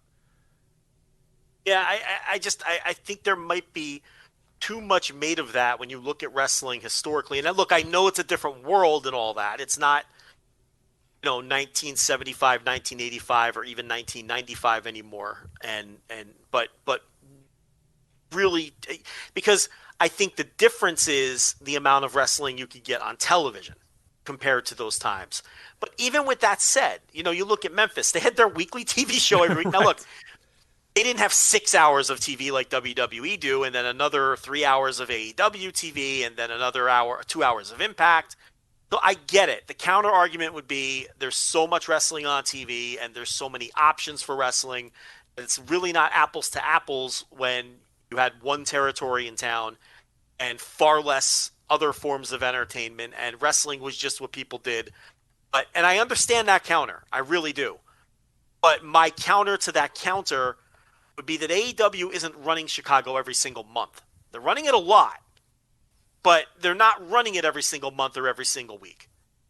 And I don't know. I think, every time they have a show, it fucking sells out. It sells out. It's a great show, and the crowd's hot every single time. It's strange. Yeah, I don't know. I don't sense that the people of Chicago. What do you call people from Chicago? Chicagoans. I don't think Chicagoans are tiring of it yet. I don't even think we're close to them tiring of it. Rich, we haven't even seen a show trickle slowly to a sellout. Sell out fucking immediately. They did a pre-sale after giving people 12 hours notice, like basically 12 hours. On Dynamite, they say, by the way, there's going to be pre-sale tomorrow morning for the show on September 4th. And they sold every fucking ticket of the pre-sale immediately. Yeah, and I mean, and then you have Dave Meltzer hand-wringing because they can't sell obstructed view seats on the secondary market. What are we doing here? So I don't know. It's just something I wanted to bring up when we did this little segment, but get your opinion on it. Yeah, it absurd. But I mean, I'm glad it works for me for sure. But yeah, until they start having trouble selling these tickets in Chicago, I don't think they've burnt that out. I don't think ECW burnt out the ECW arena either. But yeah, I don't know. When there's red hot crowds and great shows, every 3 weeks. Yep, 3 weeks. You know how I know? Because you were there. Made the drive every 3 You weeks. made the fucking drive. Yes. Every 3 weeks, and as long as the shows were good, we went. And then when the company started to tail off, we stopped going. Right. That's to your point. The shows are good, still an event, and it's then they're gonna do fine. So I don't know. All right, let's now get into the G1. This is kicking off, obviously, again, Joe mentioned there that we're going to do daily audio at flagshippatreon.com, patreon.com/voices of wrestling. That'll be on the $5 tier, daily reviews of the G1. That starts off on July 16th, so just in a couple of days this Saturday. Block matches wrap up on August 16th, and the semifinals and finals are set for August 17th and August 18th in Budokan Hall. I do want to say we have extensive previews of the G1 over at voicesofwrestling.com. Both Chris Samsa and Jay Michael covering it from various different angles. Chris going block by block, giving you kind of a primer of the history of the G1, what's at stake in this G1, how the blocks are set up, and then going block by block previews of, okay, these guys have faced each other X amount of times. Here's the record against one another, and some other nice, fun, interesting facts in there as well. And then Jay Michael went insane with his pieces. There's 3 pieces that you're going to have by the time most of you guys are reading this. Up at Voice of Wrestling previewing the G1, really going into like the structure change of this G1, why they made this decision, some perils of this 4-block thing, the schedule that we're going to talk about here in a bit, and then also going night by night in terms of what has chances to be really good, when are the doldrums going to come, how are things going to kind of play out and whatnot. So yeah, you really should read all those. Nobody else is covering the G1 like we are in terms of previews than the daily audio. I mean, I promise you nobody will be doing as much stuff, and we'll be doing it as well as we are here at flagshippatreon.com and also at voicesofwrestling.com as well. So again, Chris Sampson, Jay Michael, all that available right now on the website. Super J-Cast, I should mention as well, on the Voice Wrestling Podcast Network, just did an entire episode devoted to the G1 this week. So all the G1 content you could possibly need. And then, hey, let's give you a little bit more now here as you and I preview the G1. So before I really get into the blocks and the schedule and all that sort of stuff, what are you feeling about it? Because I know you're kind of hemming and hawing about doing the daily audio. Are you excited for this G1? Are you apprehensive about this G1? Are you pessimistic? Where are you at right now with just a couple days until this thing kicks off? The new format plays out. And what I mean by that is I not just mechanically, but I want to see how the wrestlers treat the new format. Because I think that the wrestlers are going to see this format as a positive. If you look at the schedule, some of these guys get a lot of nights off in a row. Yes, from they the singles do. matches. Yeah, I was about to bring up a few of the interesting ones. Jay Michael was able to find these. But yeah, there is some really, really weird ones here. Let me get the exact ones that he brought, because there was a couple that really shocked me. Like I think one is like Jeff Cobb has like an 11-day layoff between singles matches, and there's some very interesting wrinkles with this G1. But here, I'm still looking it up, so you can continue your point until I come up with those. Yeah, so this is a far cry from like the days of the 2014 or whatever G1, where it was a 11-show, 12-night tour where you wrestled an insanely hard singles match every night, and didn't have a day off. And then, those were great from a consumption standpoint because you were in and out in a week and a half. And those were the days where I was writing reviews, So I just wouldn't sleep for like 13 days and would just stay up all night, watch the shows on Ustream for $150 for the whole package, which we thought was a discount back then. We could actually call that back in the day now. Yes, I know. I feel really old that is retro now. There's somebody listening that goes, "What? You paid $150 for the G1?" Yes, and willingly, and we loved it. Yes, celebrate the idea. What? We can watch the G1 live, whatever you want to charge. We would have paid $600 for that. So it was that first year where they put it on Ustream, which I don't even know if that service exists anymore. Yeah, I have no clue. But Dragon Gate shows, individual Dragon Gate shows were on Ustream too in those days. Wrestle One had their early shows on Ustream, and we would pay $15.99 for we spent a lot of money on Ustream for a lot of years, so. Yeah, but gladly, because it was the novelty of seeing live Japanese pro wrestling that you didn't have to wait around 3 weeks for someone in Japan to record it and then upload it and then whatever the fuck. So you were willing to fork out the $20 for a Dragon Gate show, or $120.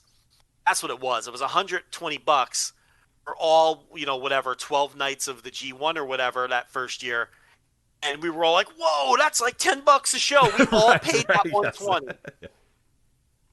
Okay, and this may have even predated the network, or it was right around the same time, because it was right around 2014 or 2013. I think the 2013 was I want to say 2013 was the first G1 that was available on Ustream, and that was actually a year before the network as well. Before the network. Yeah, so just getting live wrestling in good quality, because also at the time, if you do not remember, if you were around, all wrestling streaming was fucking awful, and it never worked, and it always shut down, and you were never able to watch anything you wanted. Just an absolute fucking disaster. Not anymore. Now you had Ustream, which was usually good once you got the text out of it. Remember how you would load up the video and there was just text everywhere? There was a live chat room going on in front of the video, and you're like, get the fucking shit out of here. Let's go. That was, or was that Nico Nico? Was that Nico Nico? That was Nico Nico. Some of the Nico shows would have text on them. It wasn't Ustream. Ustream was a nice, clean stream that actually worked. It was pretty good quality. Okay, that I'm mixing up Nico Nico, because Nico Nico you'd load up and there was 7,000 lines of text everywhere, and you're like, what in the fuck is going on? And then one by one you were able to kind of figure out, because they didn't translate it. It's not that nowadays you go to New Japan World and they say, hi, you're English, let's translate that for you. No. Nico Nico was like, figure it out on your own, motherfucker. Just click buttons and eventually you're gonna figure it out. And we did, but and then we walked uphill both ways in the snow. So, but we were able to watch those Ustream. Those Ustream shows rocked. I loved. Oh God. It was a great time, because it was so and New Japan was just starting to gain momentum and get hot, and there was a lot of camaraderie on Twitter. It was before everybody started hating each other, and it was a lot of fun, and for a lot of people it probably sounds crazy in a a post New Japan world where it's $9.99. It's like, and then on exchange rates less than $10 a month to get all this shit. $120 was legitimately considered a value. But anyway, I'd stay up all night for 13 nights in a row and watch shows, write the reviews, and then go to work, and then do it again. But we loved it. It was great. I do pine for those days a little bit. Part of me does really appreciate those. What's going on, guys? This is Rich from the Flagship podcast here on the Voices of Wrestling podcast network.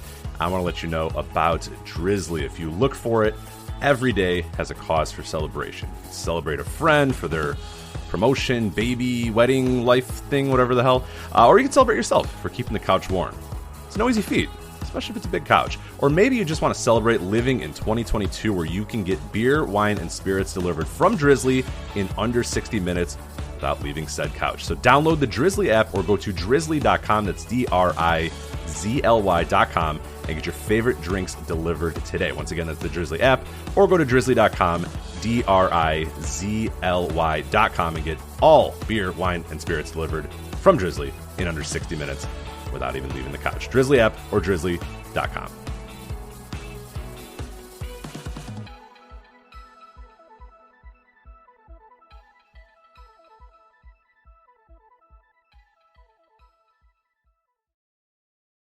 It's nostalgia now. It's crazy. Yeah. Like I would submit those reviews to you and be like, I can't see. I've been up for 27 hours.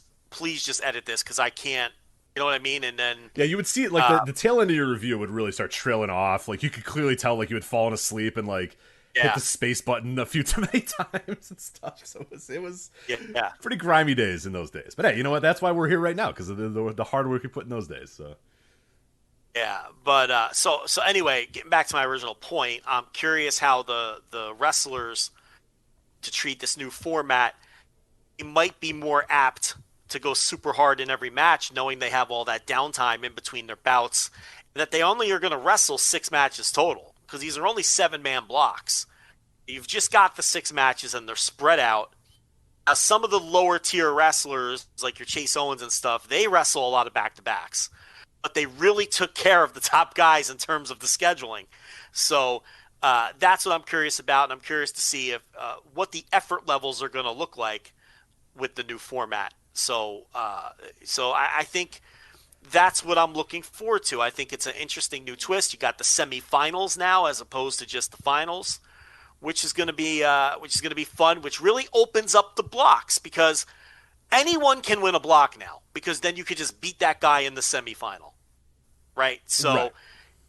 you're not necessarily going to get like the 4 big favorites in each. You're not going to get. You guarantee you're not going to get Okada and Will Ospreay and whoever the other guy is in the other block that I can't think of, Jay White. You know, you're going to get a couple weird block winners here. So yeah. Very long answer to a short question. Yeah, I'm looking forward to it. Yeah, I think there's some parts that I enjoy. There's some other parts that I'm a little. I'm just kind of curious how they play out. Like you mentioned the gap between the guys, and that some people are seeing as a potentially good thing. Some people are wondering if that's maybe gonna. And J. Michael kind of talked about that in his preview. He does wonder if like maybe you're gonna lose a little bit of that. It's not gonna feel like an all right. It's G1 time. It's like let's go because you have Okada who's gonna night one. He's gonna face Jeff Cobb. Then he doesn't. It's July 16th is going to be his first block day. He then is going to have a 6-day gap, not wrestle another singles match until July 23rd when he wrestles Toru Yano. Then he's going to have a 7-day gap and then wrestle Bad Luck Fale on July 31st. Then he's got, I mean, there's just like these weird giant gaps that he's going to have in his, timeline. We're going to have, 17 days or whatever, 14 days or whatever, where Okada's either A, not wrestling anybody, or B, wrestling like Toru Yano and Bad Luck Fale. Like, you know what I mean? It's going to be 2 weeks between major Okada matches or important Okada matches. Jay White has a lot of the similar gaps. He wrestles on night 1 and then doesn't wrestle again until night 4, which is going to be 6 days later, and then not again until night 9. So it's so spread out that I'm with you that I think the wrestlers are probably going to like it, and the wrestlers are going to say, hey, cool, I can kind of wrestle a little bit. But I do think we're going to lose a little bit of that grueling aspect that the G1 used to be. And yeah, it was grueling, in some negative ways in terms of like people got burnt out watching it, the wrestlers got burnt out wrestling it or whatever. But with that said, I kind of like the idea that it was like, all right, here we go. It's the G1. Everyone's going to bring their best over the next 2 to 3 weeks. Everyone's going to kill each other, and one guy is going to emerge as the best in the world and still the best guy in this company, and the guy who's going to go to Wrestle Kingdom. Like, I kind of miss that we're not going to get that again. I understand for many reasons why we probably can't do that again, but still, part of me does wish that we had, because we're going to lose that. I just feel like the momentum isn't going to feel, you're not going to feel block momentum or wrestler momentum because there's going to be such a huge gap between guys. Like, you're going to be bouncing around between different blocks and stuff, and you're going to have to kind of, decide that you want to cover every single block because, hey, you're really into the A block story. Well, too fucking bad because Okada's not going to wrestle for another week and a half now. So you forget about him for a little bit. Now you have to focus on the C block and the D block, or I'm just throwing out block names there. So that's something that I don't know. I find that I don't know how that's going to work. I think we think it'll be good for the wrestlers. I think it will, but also I don't know. It's so spread out and so disjointed that I don't know. I do wonder if maybe we feel we're missing something when it's going to take a whole month and guys are only going to wrestle 6 times. Yeah, well, this is all new for everyone, so we're going to have to see. It's like you're saying, it's not even just, okay, A blocks tonight, B blocks tomorrow, C block. No, it's just a total mishmash of matches on a night-by-night basis with either 4 or 5 matches per night. And, yeah, it's going to be uneven. There's going to be some guys that have 3 matches in the can while other guys only have 1 match in, and it's going to be interesting for the standings from that there's standpoint. Some guys who don't debut until night 6. Like, some guys that standings are going to be a disaster for a while because you're going to be like, whoa, that guy's like way ahead of that guy. But it's like, no, he hasn't wrestled yet. Like, he doesn't have a block match for another 5 nights. So it's very weird in that sense.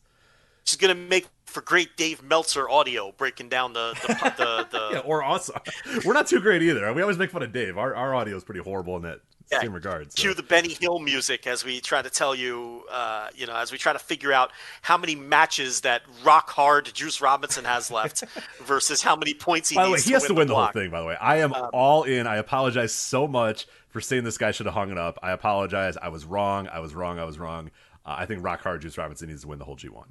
There, I said it. You got to see his promo from the presser. You saw it? It's fucking great. Yeah. He's so good. He's so good. He insulted everyone, but he couldn't think of anything to say about Yoshihashi. Did you notice that? Yeah. He was like, Yoshihashi. I'm not losing to him. You know, he was up all night too thinking about it, and he's just like, he's a bag of socks. Like David says, the bag of socks. What do you say about a bag of socks? Like, it's just a bag of socks. Did you hear Zach Jr.? He says if he wins the G1, he's not carrying around a briefcase. He's not going to Wrestle Kingdom. It's his title shot in the UK in October or some shit when New Japan goes to the UK. So that'd be an interesting wrinkle. If now think about that. You could work yourself into a shoot with that and convince yourself he's going to win, and then they'll do something else for Wrestle Kingdom, right? Like, and it would make sense to give him a title shot at a major show in the UK. In terms of him being the primary draw or whatever. The other takeaway, there was a lot of takeaways from the presser. Another one was Will Ospreay and Juice Robinson is very clearly being built up as the match of that block. And they are facing each other on the last night. Because Will specifically cut his promo on Juice. I did not see the promos from the A and B block. I only saw the promos from the C and D blocks. So I don't know what anybody said. Like, I didn't see Jay White's promo. Yeah, I'm I don't sure know. that one. You know, now that I think about it, I did not see Jay White's either, so I can't.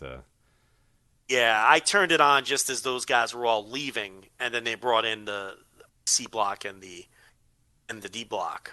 I think it starts Saturday. I want to say Saturday. This all starts July 16th. July 16th it kicks off.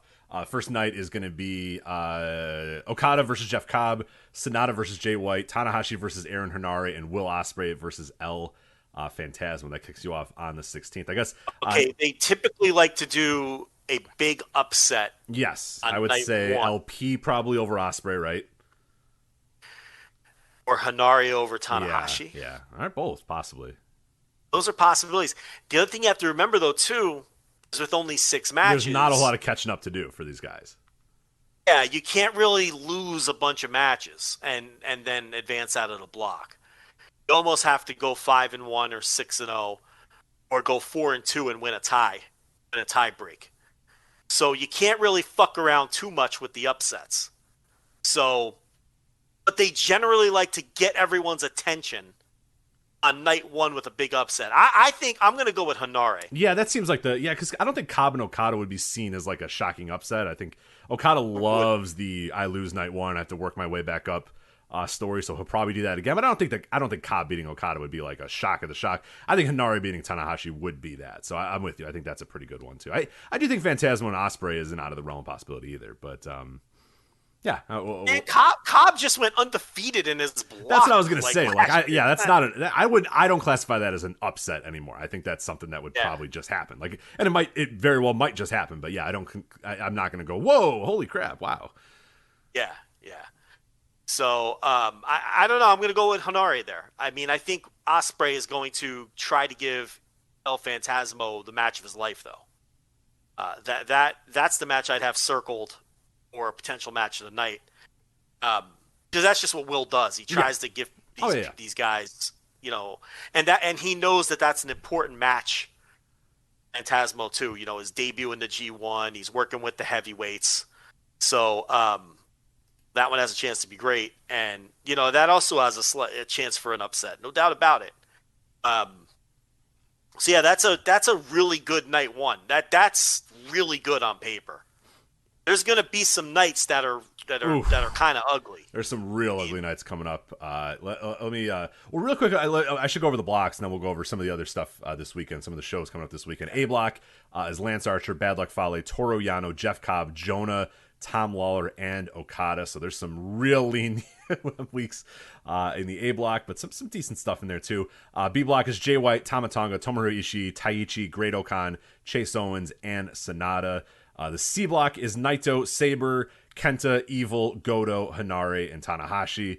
And then your D block is Ospreay, Phantasmo, Robinson, Finlay, Yujiro Takahashi, Yoshihashi, and Shingo Takagi. So that is all of your blocks. So night 2, that's going to be on Sunday. Toru Yano versus Jonah, Ishii versus Taichi, Zack Sabre Jr. versus Kenta, But in the D block, we have Shingo Takagi versus Juice Robinson. So I'm very much looking forward to Shingo versus Juice. That sounds awesome. Yeah. It's Juice is one of the guys I'm looking forward to the most here. I mean, he's got the repackaging and he seems re-energized, and it's crazy. But David Finlay's in his first G1. I mean, that's you know, I Hanare saw too. that and I couldn't believe that. Yeah, him and Hanare. So they're going to work real hard. Tom Lawler is going to be interesting. I don't know if you saw the videos they put out. They put out a video for each block. Each block has like a little theme. Like A block is the monster block, they're calling it, and so those are a lot of fun. They're all about 6 or 7 minutes each. People are trying to get into the G1. Watch the presser. You can watch those little 7-minute videos on each block where they break down the blocks. Catch that. Absolutely, Yankees. Yeah. Reds win the series versus the Yankees. Yeah, look at nice. that. Listen, I don't have much to root for this year, so if I could take a series from the Yankees, take a series win against one of the best teams in the league. Yeah, you take that and you enjoy it. So, yeah. So I didn't mean to interrupt your thought there. No. You earned that. And real quickly, I'll do nights. You got to remember too. You got to remember half the people in my phone are fucking Yankee fans too. Okay, so so you've been hearing it all week. Yeah, it's kind of means something. You know, we're not going anywhere, but. We took the series, and we should have won last night. That one went to extra. Had no business going to extra innings. Nobody cares. No one cares except for Hulkamat in the chat. Hulkamat is. I could see in the no chat room. You and Hulkamat are raging going at it, right? Yankees Reds. Yeah, who knew this? You know. He's a good baseball fan. That Hulkamat. Oh, Hulkamat always has been. Always has been. Yeah. Absolutely. Yeah. Anyway. G1. Yeah, night 3. I'll just go over the nights that are going to be in the next week, just so you know what's coming ahead. So night 3, July 20th. So again, you see that first big gap there. So you have night 16, night 1, night 17, or July 17 is night 2. Then you're going to have a 3-day gap to July 20th. That's going to be on Wednesday for night 3, and that's going to be Lance Archer and Bad Luck Fale out of the A block, Tama Tonga and Chase Owens out of the B block, Hiroki Goto and Tetsuya Naito out of the C block, and the D block of David Finlay and Yujiro Takahashi. And then night 4 is on July 23rd, so that is next Saturday. So now we're already a week in for night 4. And that's going to be A block, Okada versus Yano, B block, Ishii versus Jay White, C block, Sabre versus Hanare, and D block, Yoshihashi versus Shingo Takagi. So you can kind of see the schedule right there, where you're going to get Okada on night 1, July 16th, a couple days on Saturday, and you're not going to see him again in a singles match until the following Saturday. So it's just a very, very, very different G1 than what we're used to. And we'll see. It might work out great. It might work out weird. It might be strange. It might be, not feel unbecoming of a G1. I don't know exactly. We're going to find out. I do hope that the guys understand, hey, it's cool that I now have a week to kind of rest my body and just go out there and bust their ass every single time and have great matches. But, especially with this format, it's like, do we really have to live through Yano matches then? Like, if we're going to do this new format, let's let me get these joke guys out of here and just have it be good wrestlers that are having good matches. I got the Yano thing in, the crazy, these guys need a break, these guys need to take a day off every so often, but now they're getting a week off. I don't need to wait a week and then get Okada versus Yano. You know what I mean? Like, come on. Yeah, I think that, that Yano does have his fans, I guess, and we don't have to placate them anymore. We're work rate nerds. Yeah. We're work rate. It's the G1. I'm allowed to be a fucking work rate nerd for the G1. Dorks. Listen, I agree. Stop yelling at me. I agree. Yeah, God, I'm allowed to. Their bodies are going to get arrested. I just want them to have great matches and kill themselves. I don't care. It's not my body. I just want to watch great matches. I don't give a shit about it's going to be easier for me to watch. Whatever. Great, cool. You're an absolute monster, sir. Yeah, you're an absolute monster. I just want if they just worked a little less hard than the 2013 G1. If they all didn't absolutely kill themselves that year, we might still have that format. But instead, they all decided to kill themselves over the course of 12 days, and then here we have now. So, yeah. And they're going to strategically put the big stars in the important buildings too. That's the other thing. Yeah, so I lopped off the building names there, but if you look at the schedule, we have that up at voicesofwrestling.com as well. You can definitely tell who's working what days, the way things are spread out, the people that have certain gaps, the way the gaps are kind of set up is the big dudes are main eventing big buildings, and everybody else is main eventing the crap buildings. So I'm going to tell you right now, if the relationship stays strong, you're going to see major AEW stars in this thing next year. I'm telling you right now. Okay? Because there would have been a couple this year if not for AEW's injury woes, and Tony just couldn't do it. Couldn't spare anybody. Right. But there's people there who want to do it, and as part of the good faith give and take between the two companies, Tony wants to do it. He just couldn't do it this year. So that's going to happen. I mean, they wanted people. New Japan wanted people this year, and I got told that from both sides. New Japan wanted more people this year, big stars. I didn't get the names, but big star, and they just couldn't do it. So this is going to be the format, I think, next year too. I think you're going to get 20 to 28 man 4-block format again. So used to this format. Now I can tell you that presser, not the G1 presser, but the other presser they had last week, the business strategy session. I think we talked about last week, didn't we? Yeah. With some of Obari and Kadani were on that one. Yeah, talking about some of the business. So that ruffled some feathers. There were some big stars who were annoyed with that. I know that Naito tweeted out some stuff, but the Naito stuff was a work because he told the office before he put it out, either a tweet or something he said in a magazine. I can't remember what it was. No, it was in Tokyo Sports. And Naito was all over Kadani and some of the things he said at the presser. But he, like Naito does a lot of the time, he will tell the office ahead of time that he's going to shoot on the office because it fits his character. But he warns them ahead of time so he doesn't get heat. Because he tells them, hey, look, I'm going to do this. It's going to be in character. But from what I understand, it was more like on the square. Like he means it, but he told them that he was going to say it. Right. And I don't know if you saw it, but today Okada... I did see the Okada stuff, yeah. He never does this. And I was told a few days ago that there were major stars annoyed at Kadani. A lot of things he had to say. And Okada actually put out a public tweet taking a shot at the office, too. You saw that one? I saw that. I don't know if I knew the whole context of what was going on. I was trying to read it and figure out what it was that was being said. But yeah, what was he... Do you know what he was upset about or what he took umbrage with? Yeah, hold on. I have it. So the translated Okada tweet was...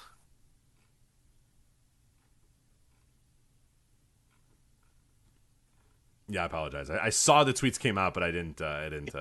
Maybe I don't have it in front of me. Hold on. I thought I had it in front of me, but I don't. But Okada took a very nasty shot at the office. Yuji Nagata is upset with the office because Kadani criticized the training process. He wants these young lions to come through faster. And the idea was the training methods are antiquated and obsolete. And a lot of it is Kadani looking at Stardom, and Stardom brings these girls in when they're teenagers, and then they're stars by the time they're 19. And he doesn't understand why the men's side can't do that. So he took a shot at the training, which insulted Nagata, and a lot of people were insulted on Nagata's behalf because he's very well liked.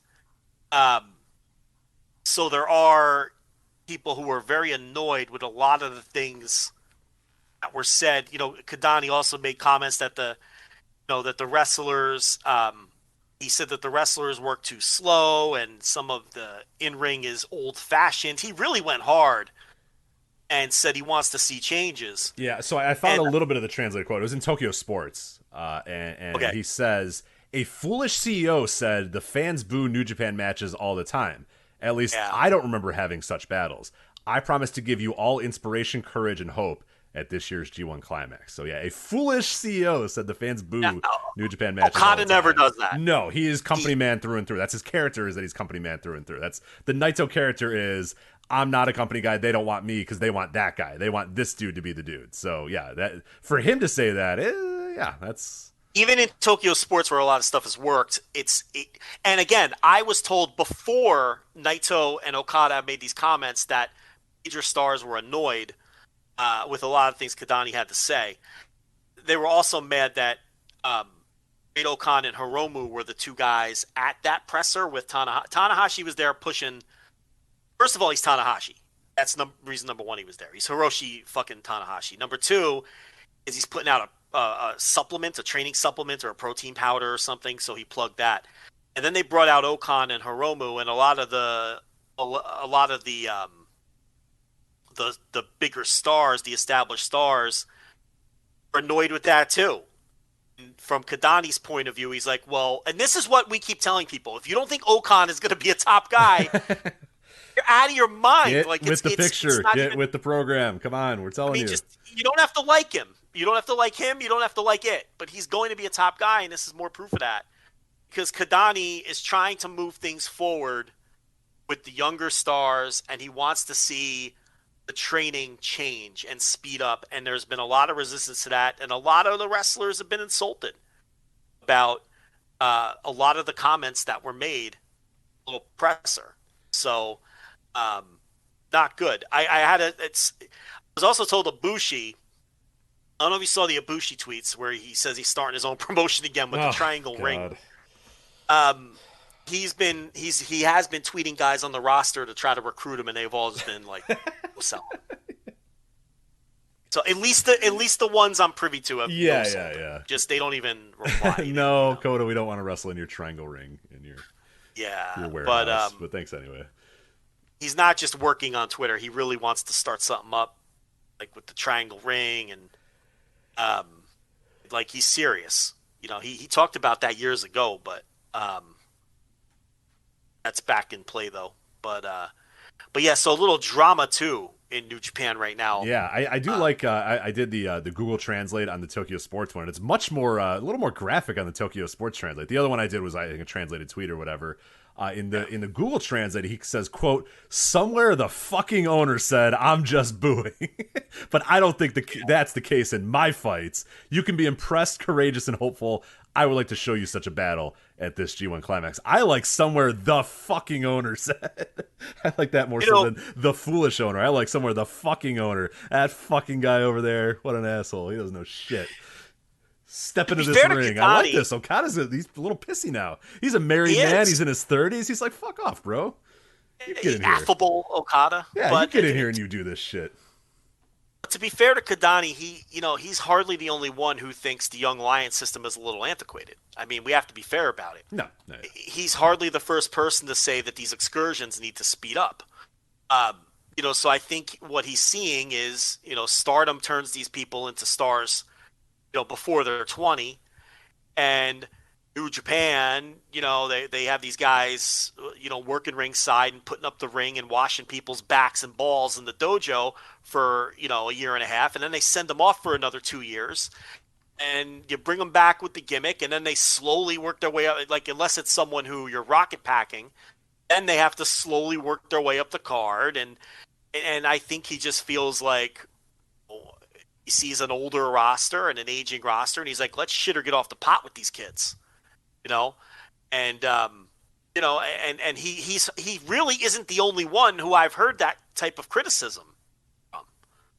So maybe there is something to it, but it's like you don't want to bury guys like Yuji Nagata. That's not going to get over with the locker room. Right. And I think there's probably ways to do it, and they'll probably have to come to sort of an agreement or a moment where everybody sits down and kind of says, because I could see Yuji Nagata thinking, hey, you don't think I'm training these guys? Like, look at our stars. Look at all the top dudes in the company. Like, all these guys come from the system. All the guys we've trained, all the top dudes come from the system. Yeah, maybe does the system need to speed up a little bit? Does the system need to change a little bit? Perhaps, but like, yeah, it's been successful. It's been a successful model, but maybe, we're not translating people into stars as quickly as Stardom is. We're not translating guys into stars as quickly as some other places are. So I could see why maybe speeding it up is a decent idea. But I think all in all, the Young Lion system and the training is pretty good. But yeah, do they need to spend 2 years doing Black Trunks stuff and then a year excursion? All that? Yeah, maybe not. But yeah, I don't. I could see how Yuji Nagata could say, hey, you don't think my system is working? Well, look at all the stars here. Like, look at this G1. Like, half the people came through this system. Half the guys are superstars. But yeah, I get both ends of it. I get Yuji Nagata's end, and I do, of course, get Kadani's end too. That maybe we're wasting 5 to 6 years of these guys' primes. I mean, Sho and Yo are perfect examples of this. Once they were quote unquote ready to go, they were in their 30s already. They were 31 and 32. It was like, yeah, all right, like they were ready to go, but God, they maybe missed their peak. Maybe they missed their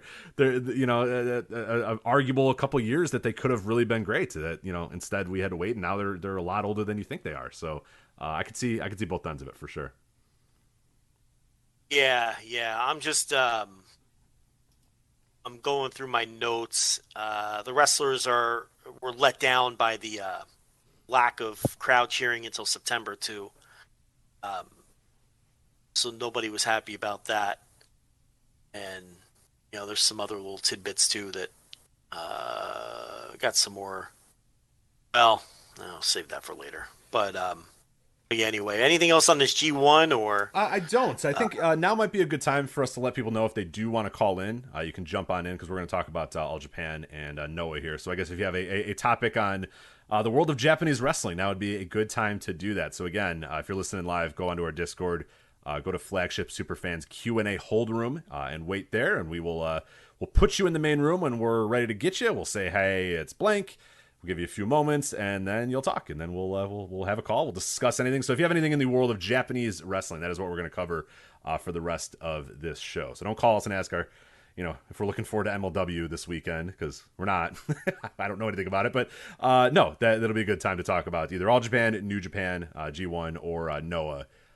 Because that is all coming up very, very soon. So get in that hold room if you are ready to get on there, and then we'll talk about All Japan, and maybe we'll take a break and take some calls. But yeah, I got nothing more on the G1. I don't know if you do. I'm very curious how everything kind of goes down, but I'm going to go in at least with an open mind on it being a good thing for everybody, and it is going to definitely.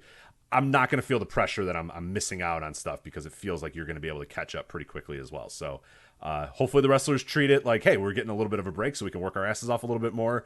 I do also hope, I have this worry because it's been a problem with New Japan in the entire Clap Crowd era, but I hope matches don't get too long, because one of the great things about the bloated G1 shows is that everybody had like 13 to 20 minutes and didn't feel the need to have a 25, 35-minute match in a G1, and that's a little bit of my concern, is that we might go back to some of those sometimes. So we'll see.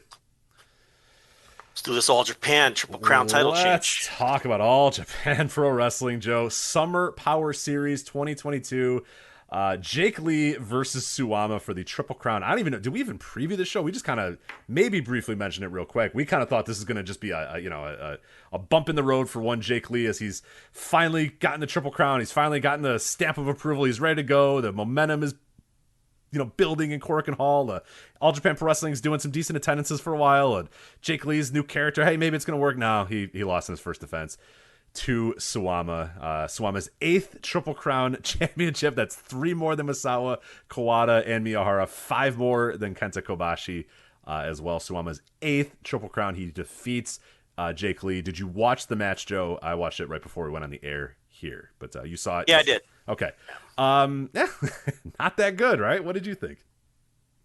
I thought the match was extremely dull up until right when it started to heat up. The Voodoo Murder shenanigans began. They did my least favorite spot in wrestling, where Jake Lee has the match won, and at the 2 count, Voodoo Murder yanked the referee out of the ring before he can count 3. I think that's the worst spot in wrestling. And then the other assorted heel sort of shenanigans, and then Suwama eventually wins the title. But at that point, the match had lost me. So I didn't think it was any kind of a great match. I didn't even think it was a good match, to be completely honest. It was very dull for the first 2/3. And then last thing I want in a Triple Crown title match is all of that heel nonsense. So, again, I'm a traditionalist. And look, I know Misawa and Kawada aren't walking through that door. Okay, I understand that. But, this kind of bullshit isn't for me. It's the House of Torture, evil. We'll talk. It bothers me more when it's in, Japanese promotion. Right, especially the Triple Crown. And it wasn't like this match started, the bell rang, Suwama rolls out of the ring, he immediately starts to grab a chair. And the whole match is about Suwama trying to grab a chair, and the Voodoo Murderers try to grab chairs, and the referee saying, no, don't grab the chair. I just want to watch Jake Lee face somebody in the ring. I just want to watch 2 guys fight for the fucking Triple Crown Championship. I don't think it's that much of an ask. I don't think it's that much of an ask for one of the most prestigious titles in wrestling to just be just two guys try to fight each other to figure out who should win the title and who deserves to win the title. I don't know. I feel like it's not that big of an ask, but for some people, I guess it is. But like you said, it was very dull at the beginning, very, very dull. And Jake Lee isn't working like the most dynamic style either. Like he is very slow and very methodical as well. You combine that with Suwama, who's obviously got a lot of health issues and just barely hanging on there. And yeah, it's just like they decided they were just going to go bells and whistles for a large portion of the match. I mean, just so much of the match is Suwama rolling out and trying to grab a chair, and the referee saying, no, you can't use a chair, and him going, oh, okay, and then going out and rolling again and grabbing a chair, and the ref saying, no, you can't grab a chair. And it was just like, all right, we get it. We got it. Voodoo murderers, you're evil. Then things did pick up a little bit. It did feel like we were having an actual match. Then, like you said, Jake Lee, I forget exactly his move, 1-2, and then out of nowhere, the referee just stops counting. You're thinking, what the hell happened? Oh, they dragged him out of the ring. Great. And then, then it just kind of, the last stretch was, nothing too crazy. It was just kind of slow, methodical, and then little by little, Suwama did a few of the belly to backs, did one, did another, bridged it, 1, 2, 3, and he won. I will say that the crowd was hot for the closing stretch. I will say that they popped for the finish. I think even the Japanese fans weren't expecting Suwama to win the title, so I think that was surprising to them. I mean, because you look big picture, you look wide lens. Jake Lee finally wins the Triple Crown. He gets injured. He has to vacate. They go to their safety net and they put it on Kento Miyahara in the interim. And that totally makes sense. For stability, you put it on the best wrestler in the company. And then you do he comes back, you do your carnival. And eventually you course correct and you get the title back on Jake Lee, right? Since you never intended for him to lose it to begin with. So you feel like, okay, they're right back on track here. The numbers in Corkin are improving. Mike Spears has done great work in his newsletter, the Spears Ovation newsletter, tracking. He's got a multi-part series tracking the Corkin attendance since the pandemic began. And one of the interesting findings was, as of late, over the last, since May or so, with the exception of Dragon Gate, All Japan has really been the strongest company in Corkin. And, Corkin's not everything. But, they did draw almost 1,400 people to that, the Ota City Gym for the Miyahara Jake Lee match. And the last 3 Corkins were all, flirting with 1,000 fans, even with the distancing ticket sales, which is blowing away what these other promotions are doing. They did 999 fans for their last Corkin. They did over 900 for the Carnival final. They did 900 for Kenta versus T-Hawk, right? There was some real momentum. Yeah, you look at the numbers and go, okay, these guys are doing something right. Something good is happening here. Yeah, so All Japan had real momentum going lately, and they got the title back on the guy who you would think they originally intended to have it on because he had to vacate due to injury. And then out of nowhere, you get this Suwama thing. So to me, that's indicative of a company that doesn't have a plan. They don't know what they're doing. And they're just doing shit to do shit. Like that was my read after I watched the match and I looked at the big picture. And then I sniffed around a little bit and I got a little information. And, so they bring in Yuji Nagata and Tiger Mask. And, they both work this show. And Tiger Mask is the junior champ and everything. But the Yuji Nagata Tiger Mask thing, they asked for that back in the spring, back in March. And they announced in April that Yuji Nagata would be coming in. And apparently the idea all along was eventually to get the title on Suwama, and then they think Suwama versus Yuji Nagata is a money feud. And you have to remember, in what year? In what year? Before you laugh at this, because I had the same reaction. In 2020. Okay? Well, listen. You have to listen. Okay. So, all right. If you also recall, around that time, Jake Lee started cutting promos about how he wanted to be in the G1. Remember? Yes. And that wasn't just Jake Lee going into business for himself. I've talked about this behind the paywall. We've talked about it on this show. All Japan wanted Jake Lee in the G1. They didn't want Jake Lee going into the G1 as Triple Crown champion because they knew they couldn't politic him out of L's. They knew he was going to lose a lot. Right. So whether Jake Lee got injured or not, he was going to lose the Triple Crown. And it was going to go to Suwama. So because they eventually want to do this Suwama-Yuji Nagata match. I think they have a Budokan coming up, if I'm not mistaken. Someone in the chat could correct that if I'm wrong. But they have I'm almost positive they do. I can try to find the day for you. I believe that is the case. But Gerard's in there So right now, and he covers All Japan better than anybody, so he'll know for sure. So if you're following me here, what they wanted to do was, it all makes sense now. It falls into place. They wanted to get the title off of Jake Lee, put Jake Lee in the G1. They figured Jake Lee could get some prestige just for being part of it, right? Now, like, it doesn't matter if he goes. Who told them that he was going to be in? I mean, did anybody actually from from New Japan say that we're going to put Jake Lee in the G1 or no? That's the thing. As I reported at the time, New Japan wasn't interested. Right. That's So why maybe find out if they want him first. That's why he's not in it. Because they don't want him. Yeah, he's there. He's in Japan. He was willing to do it. It was very strange. So why they didn't have a spot for him? It's the same thing. Gleat wanted T-Hawk in it, and they weren't interested in that either. And so, but New Japan did give them Nagata and Tiger Mask. And if you go back, you see, this all is traceable because Yuji Nagata makes a tweet back in April where he announces that he's going to All Japan, and he's like taking a picture with Kento Miyahara and all that. So it all adds up. So, what I was told when I did a little digging, I mean, if you go back and look up the clues yourself, it's all there. And that's also right around the time that Jake Lee was talking all that shit about being in the G1. So I was wrong. I was on the right path, but I was wrong. This is a course correction. It's because they always intended to put it back on Suwama. This was the plan. And they want, I guess, the idea, because Nagata and Miyahara were in the same match on this Korakuen show. This I don't know for sure. Nobody told me this. But I feel like Nagata is going to go through Kento Miyahara, and that will set him up for a title match against heel Voodoo Murder Suwama at Budokan. This is my based on everything I was told today, and then me putting together the clues on my own.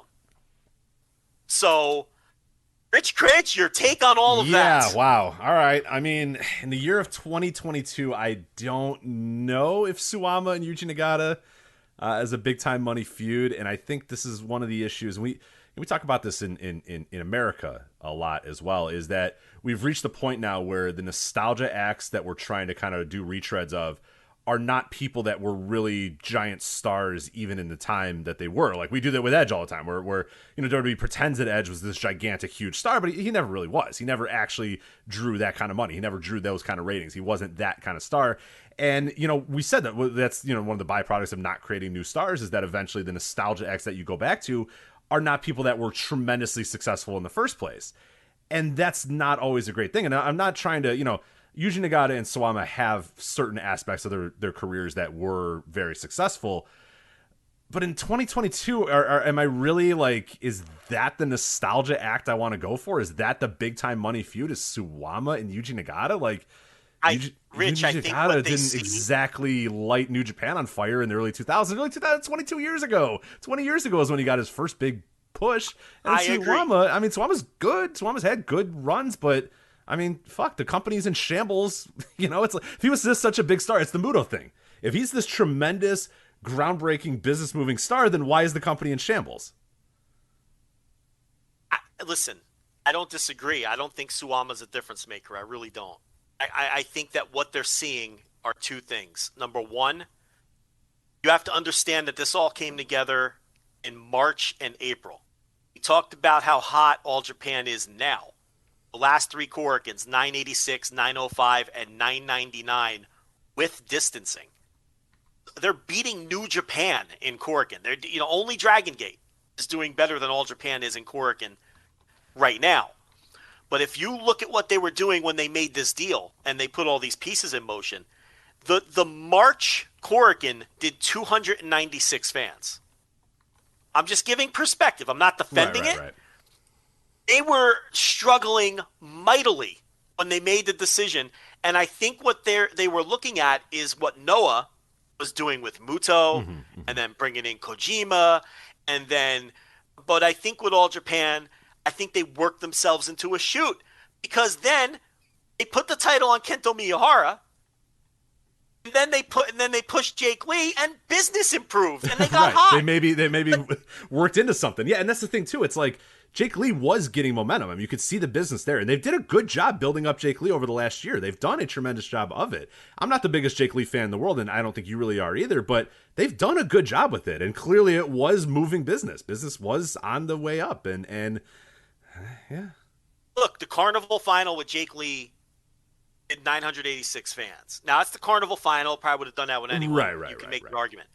But the next Korakuen was the Kento Miyahara T-Hawk, I believe. Let me double check that. So we're the May 29th Korakuen, the main event was Kento Miyahara and T-Hawk, and that one did over 900 fans.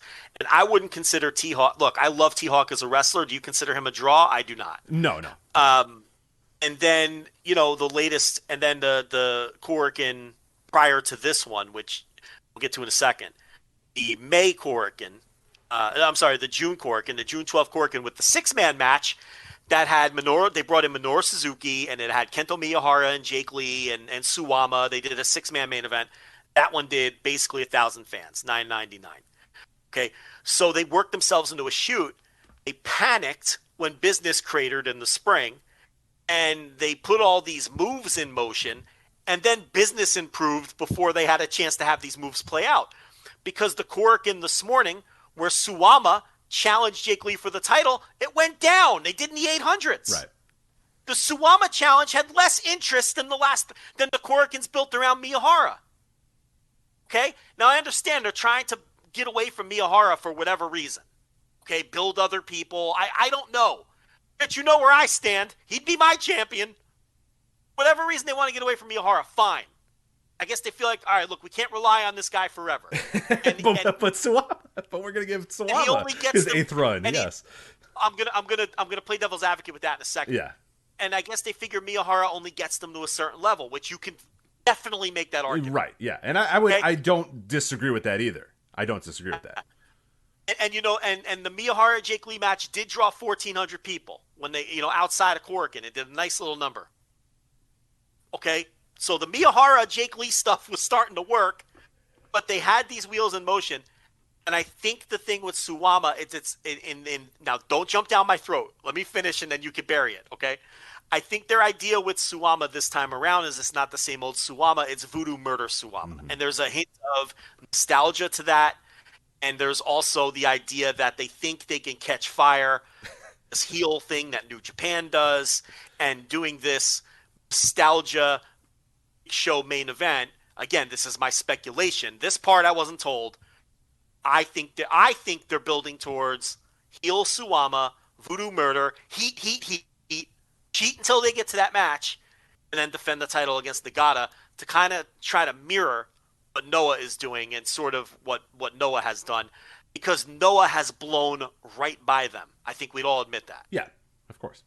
So, Rich Craich, go ahead and bury it. I mean, what's the point? It's All Japan at this time. Very short. I just think it's really short-sighted, and that's. But that's kind of been Japanese wrestling over the last couple of years. A lot of stuff I feel has just been very, very, very short-sighted in all companies, and I don't know.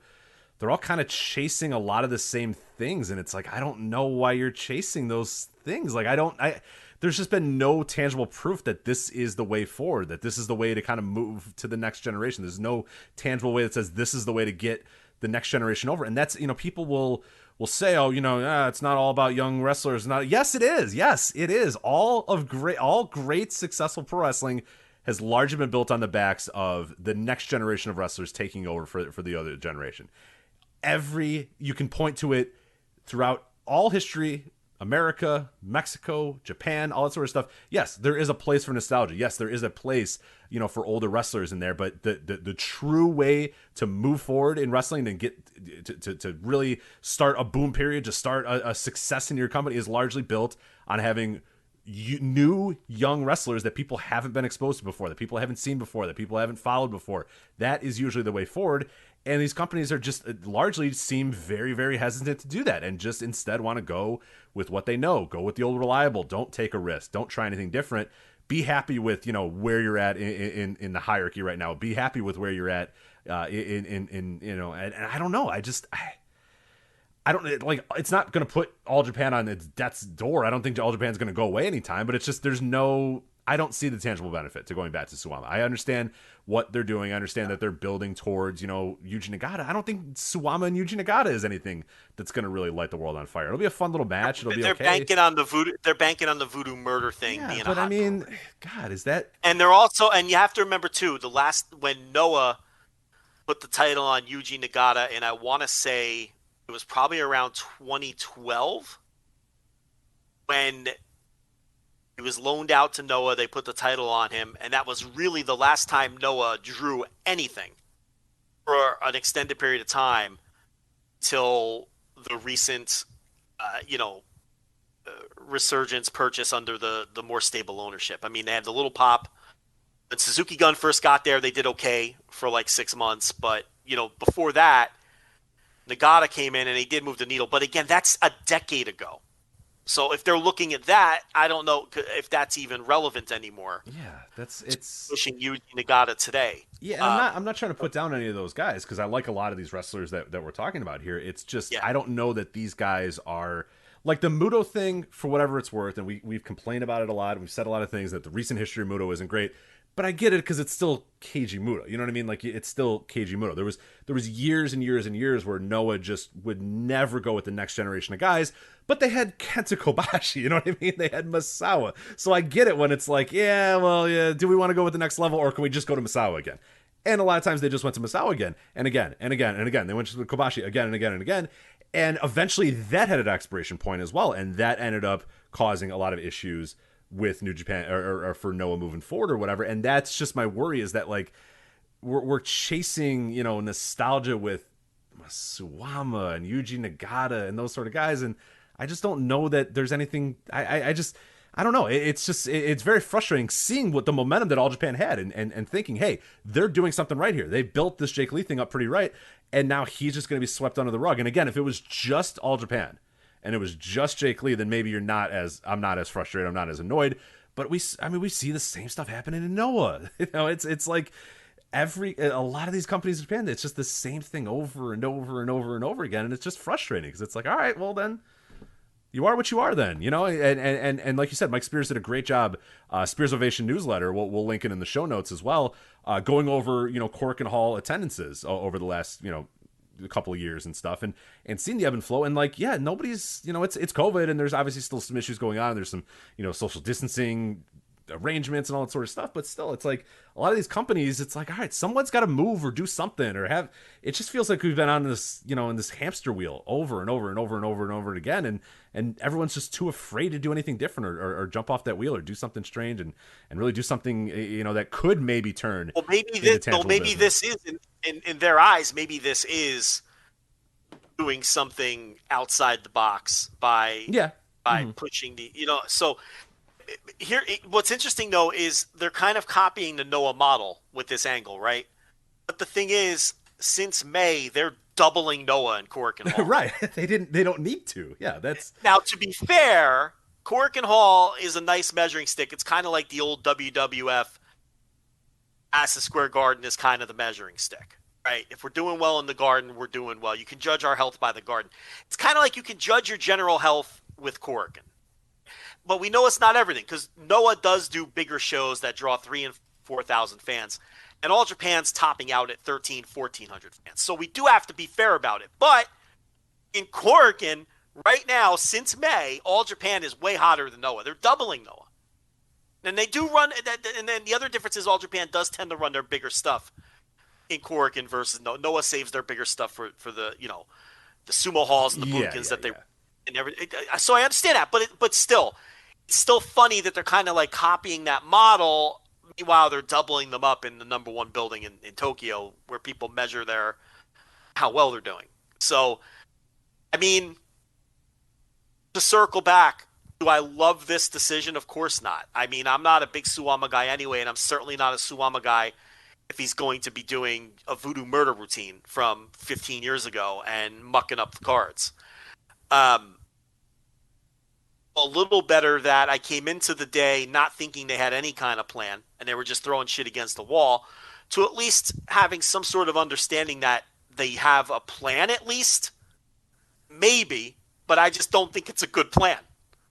That's kind of where I stand on this. Right. Like you can see what they think and you can see their path forward. It's just I don't know that it's a good path. I don't know that it's a smart path. I mean, I guess we'll see, but yeah, I don't know. And again, this isn't any big like, oh my God, they've ruined Jake Lee thing. I don't think Jake Lee's that great. I don't know that Jake Lee is a transcendent star that's going to change All Japan Pro Wrestling and get it back to the glory days. I'm not saying that at all, but I just, you look at what was going on, and it was actually moving some tickets. It was getting some momentum. I feel like they were doing a good job. His time. Right, it was supposed to be his time.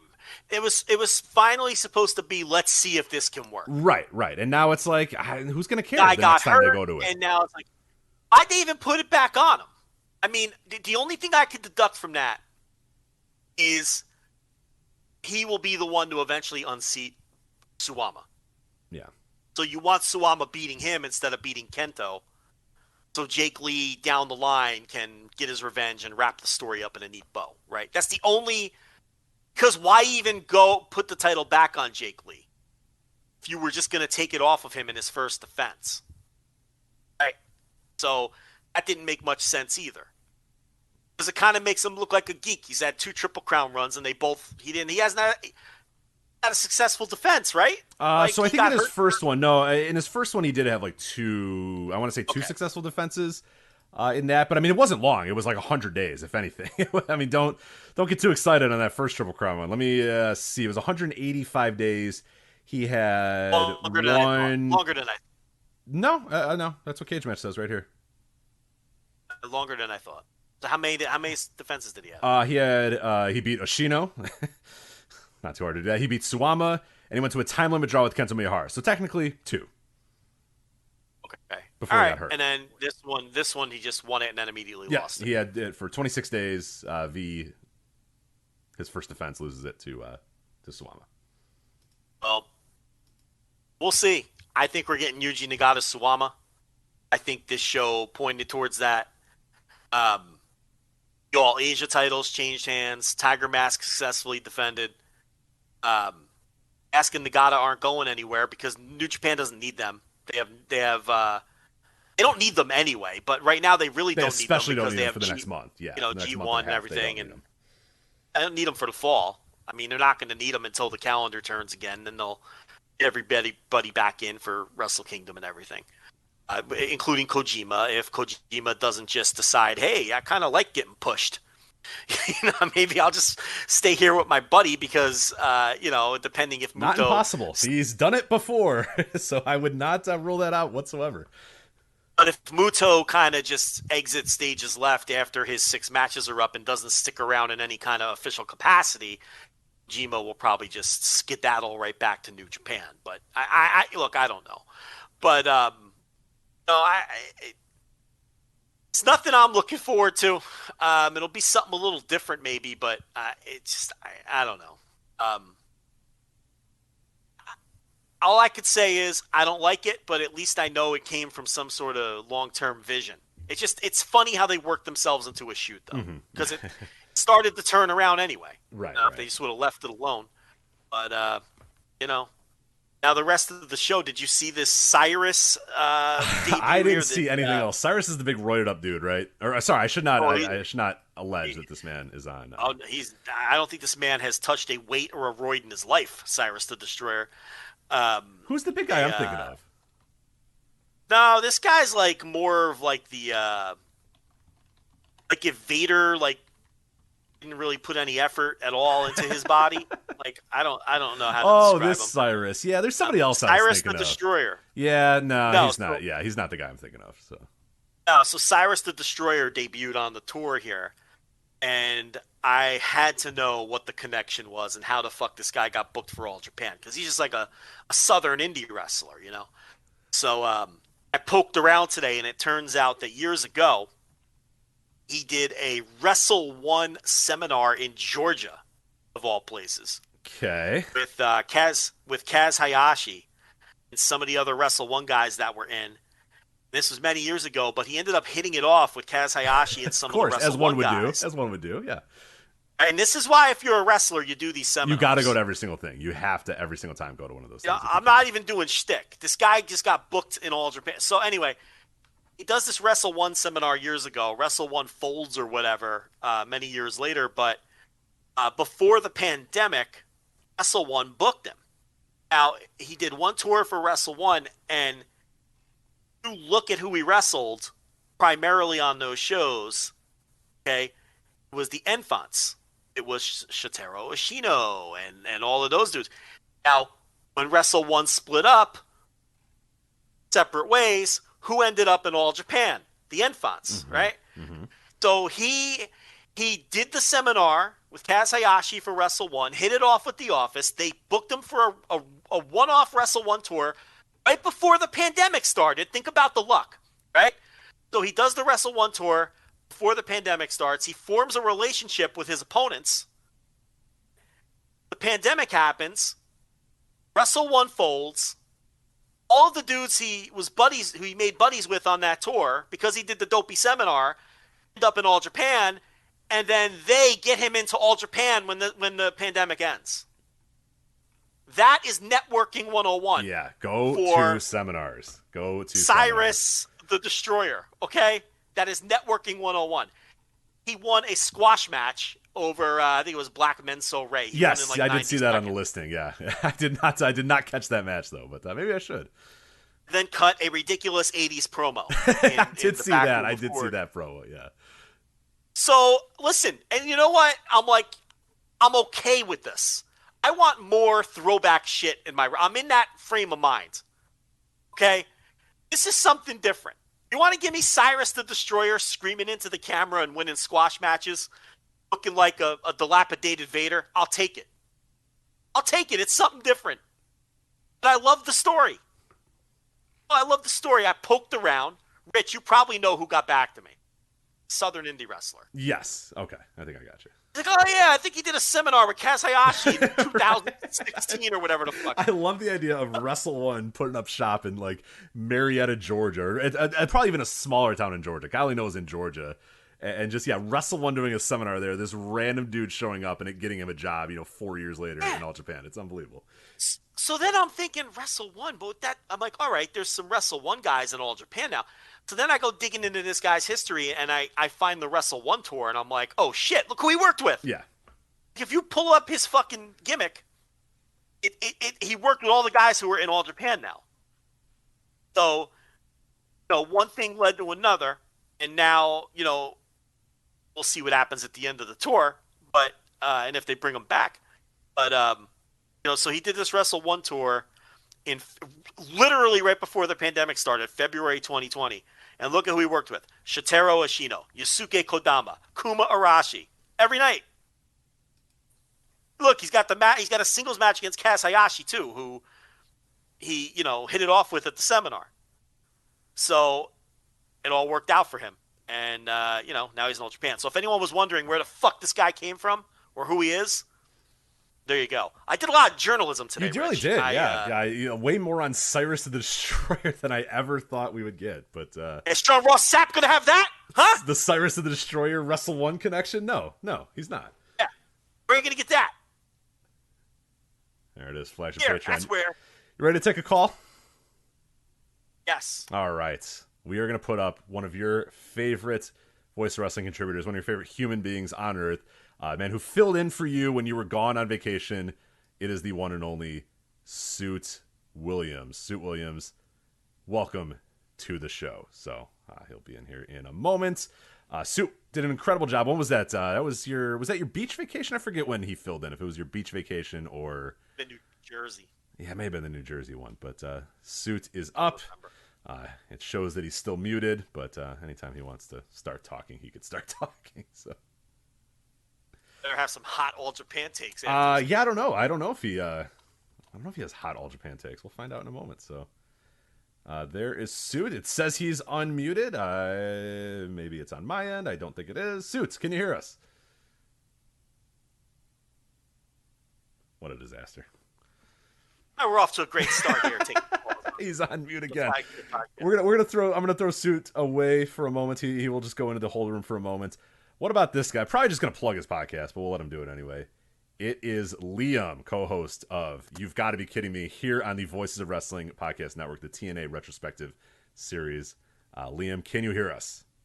Yes, I can hear. I'm here. Liam, yeah. Well, you want to plug your podcast after my you get away? I was going to say, well, after my failed attempt at doing this last time, where I was called a dope for, I think, failing 3 times to unmute, I thought I'd come in and I'd actually do it right for once. Yeah, but you've got to be kidding me. On the Voices of Wrestling Podcasting Network, we talk about TNA. It's mostly just me screaming about Vince Russo, but people seem to like it.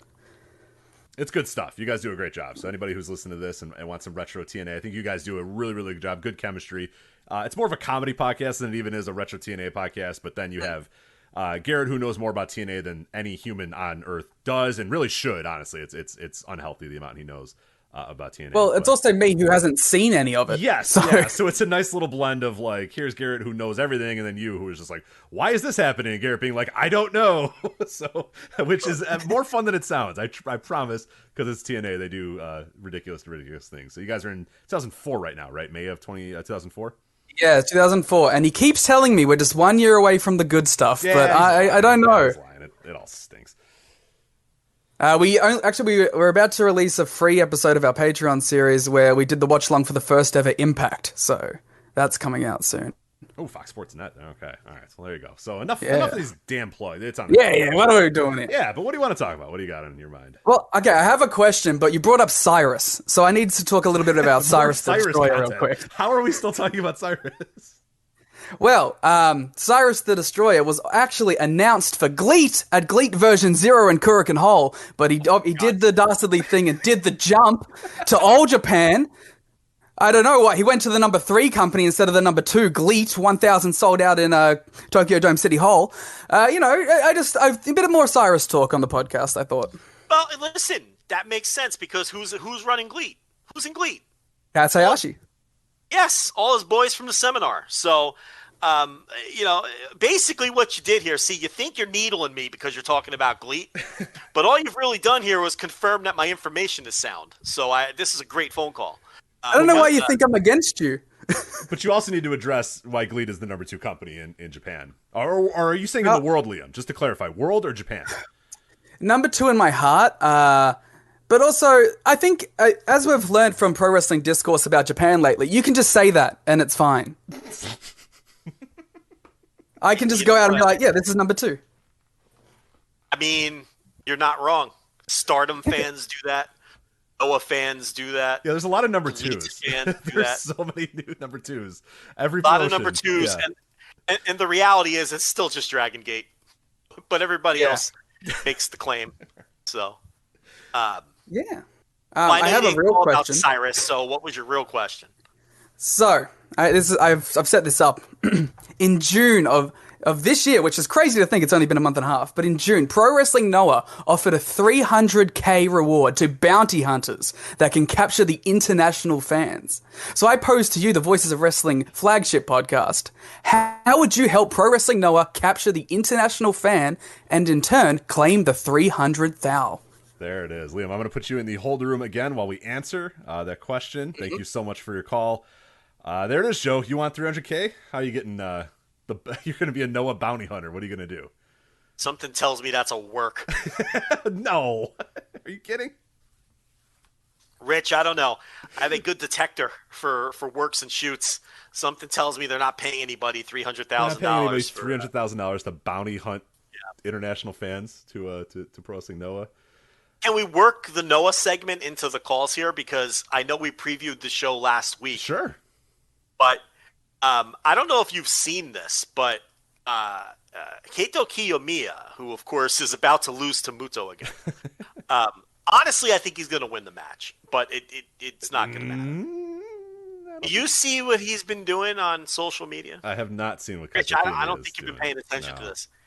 He's mimicking Muto's maneuvers. He's been practicing the Shining Wizard. Oh, God. We have a great... We're back to the Great Sonata again?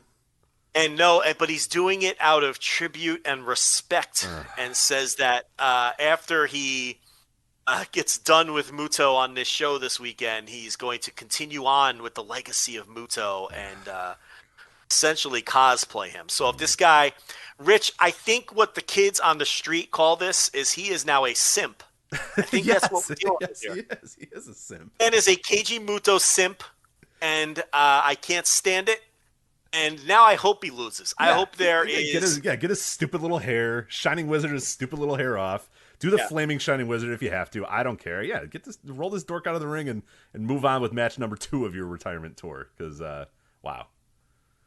Yeah, honestly, though, I really do think he's going to win. I mean, you don't have to do the full preview again because we did it last week. And Mike Elgin has now officially been removed from the show, which I actually don't even think matters because I felt like Hideki Suzuki and Tim Thatcher were going to win anyway. Yes, yeah. For people that do not know, Michael Elgin is MIA. I think he's alive as far as I know. That I can confirm he is alive. But last you heard, yes. But everything else, who the fuck knows? I've just heard it is quite the story, and when it comes out, it will be quite the story, and that's all I can really say. Right now, but yeah, he's not dead. He's not on the side of a road. I don't know if he's in Japan or America. I don't know anything. All I know is that he is alive. People do know have made contact with him, but that it is quite the tale for Mike Elgin. But he is off the show, and Kitamiya is going to be with Inamura on this show. Inamura, so. Yep, and that's going to be a decision match now. But I think Suzuki and Thatcher were going to win the match either way. I agree. But so they're going to get to the right end point regardless. But if you're listening live on Thursday, we have been told that he's alive. Let's just make that clear. Yes. This is Thursday, July 14th. And that's all I know right now is that. At minimum, he's someone has made contact with him. Yes, because for a while he wasn't tweeting. Nobody knew where he was. No one was being weird about it. The person that reached out to me said that he has been found. He is not dead, but that's all they could really tell me. So that's really the only update to the card since we talked about it last week. So it doesn't change my opinion on that tag team title match. So I still think that I think Kiyomiya will finally win this one, but Muto's the ultimate politicker, and I think he knows that it doesn't matter because he already beat the guy like a drum, and the draw, the win, all the tags, so Muto knows this doesn't really make a difference. Now, it'll be hilarious if he wins. You're giving a lot of credit to one Keiji Muto for his awareness. You're still picking Muto? You're going on the definitely record? Picking Muto. Yeah, come on, man. He's got some big-time matches coming up and stuff. I think what the simping does tell me, though, the Kiyomiya being a simp thing, does tell me that if Keiji Muto does lose to him, it will be you've learned from me, you've taken my moves and perfected them, and I passed them on to you type of thing. So he's still, even in loss, he is still making sure that it's all about him and all about Muto. So maybe you're right that the simp part of Kiyomiya's character is maybe going towards him winning it and the sign of respect and passing of the torch or whatever. But I still think Keiji Muto Shining Wizard's that dude and pins him in the middle of the ring and goes on to his next match. But we'll see. So Kano, 0% chance against Kojima, right? Yeah, 0. Yeah, 0% chance. I guess the junior title, it doesn't matter who wins, Hayata or Seiki Yoshioka. It doesn't make a difference, right? It just doesn't make a difference. Van Dam and Tanaka against Nosawa Rongai and Super Crazy. Tanaka's the one who got Van Dam in, and he'll be a regular on some of the bigger shows. He's not going to be working, tiny ass house shows in the middle of nowhere, but you'll see more of Van Dam. Ninja Mac, who obviously got Dante Leone in, they're facing each other. I saw his Rev Pro stuff from like the last month. So Ninja Mac's all over the place, man. He made a good impression in Rev too. I thought for his spot on the card, he did a nice job. That guy, he's getting booked everywhere, Ninja. Yeah, I'll give him credit. Like, he was kind of dorky at first and kind of weird, but he's been working his ass off, and I got to give him credit. And what I've seen, he's improved a lot. He's working with better talent more regularly, and he's hitting the ground running. I mean, you can't. I will never, ever, dismiss a wrestler who is traveling the world trying to get better and improving, and you see that improvement happening. I can't ever. That's cool. You want that out of every wrestler, to want to improve, and want to wrestle everywhere. But yeah, this guy's hitting Japan. He's hitting America. He's hitting the UK. That's good for him, man. That's the best part about being a wrestler, man. You can travel the world doing this stupid thing. If I told you Robbie X was ripped, would you believe me? I saw you said that about Rev Pro. I can't believe it, but I also can, because that's there's a lot of weird body transformations that happen in Rev Pro. Guys go over there and they work out. They must have a great gym at the RevPro facility or something. Because Luke Jacobs is doing a Walter gimmick. I kid you not. Oh, he got fat now? He put on that husky weight, like that thick barrel-chested kind of. Oh, because he was kind of like... When did He's just that a happen? normal-looking guy. He didn't... No charisma, just kind of there. Yeah. He's like husky now. He's got the mini. He's like a mini Walter, and he's doing chops and shit. Like he's doing Walter. Hey, if Walter's going to be Gunther and he's going to be skinny, then there's an opening for a Walter. So good for him. Yeah. So I don't know. Ninja Mac reminded me of that. Is Dan Maloney still ripped to shreds or no? He hasn't worked the recent run, so I don't know. So Robbie X is big now. Robbie X. No, he's like not big. He's ripped. He's like shredded. Oh, okay. Like remember, he's a flippy do guy, but he was kind of like chubby. Yeah. He was just kind of like whatever. He just had like a normal body type. Yeah. Yeah, like a guy mowing the lawn on the weekend. Right. He's now shredded now. Shredded. I promise you, he's shredded. It's helped him tremendously. Like, I just watched him like a month ago. How could he be shredded already? I know, it's crazy. It's wild. It's wild. I watched a RevPro show from June. It's July. Like what? I know. I don't know how he did it. It's real though, because I've been watching to catch up with the tag league stuff. Light Ghost Gym, Rich. You into the Light Ghost Gym? The Light Ghost, not the wolves, really. the fucking wolves. Not really. No. You know what they're doing now? You know their Dragon Gate marks, right? Like Yeah, the original Light Ghost is a Dragon Gate mark. They're doing Genki Horiguchi's old rubber band spot. Oh hell goes yeah! up into Good. the crowd. Good. That's a Rubber great spot. That's a great spot.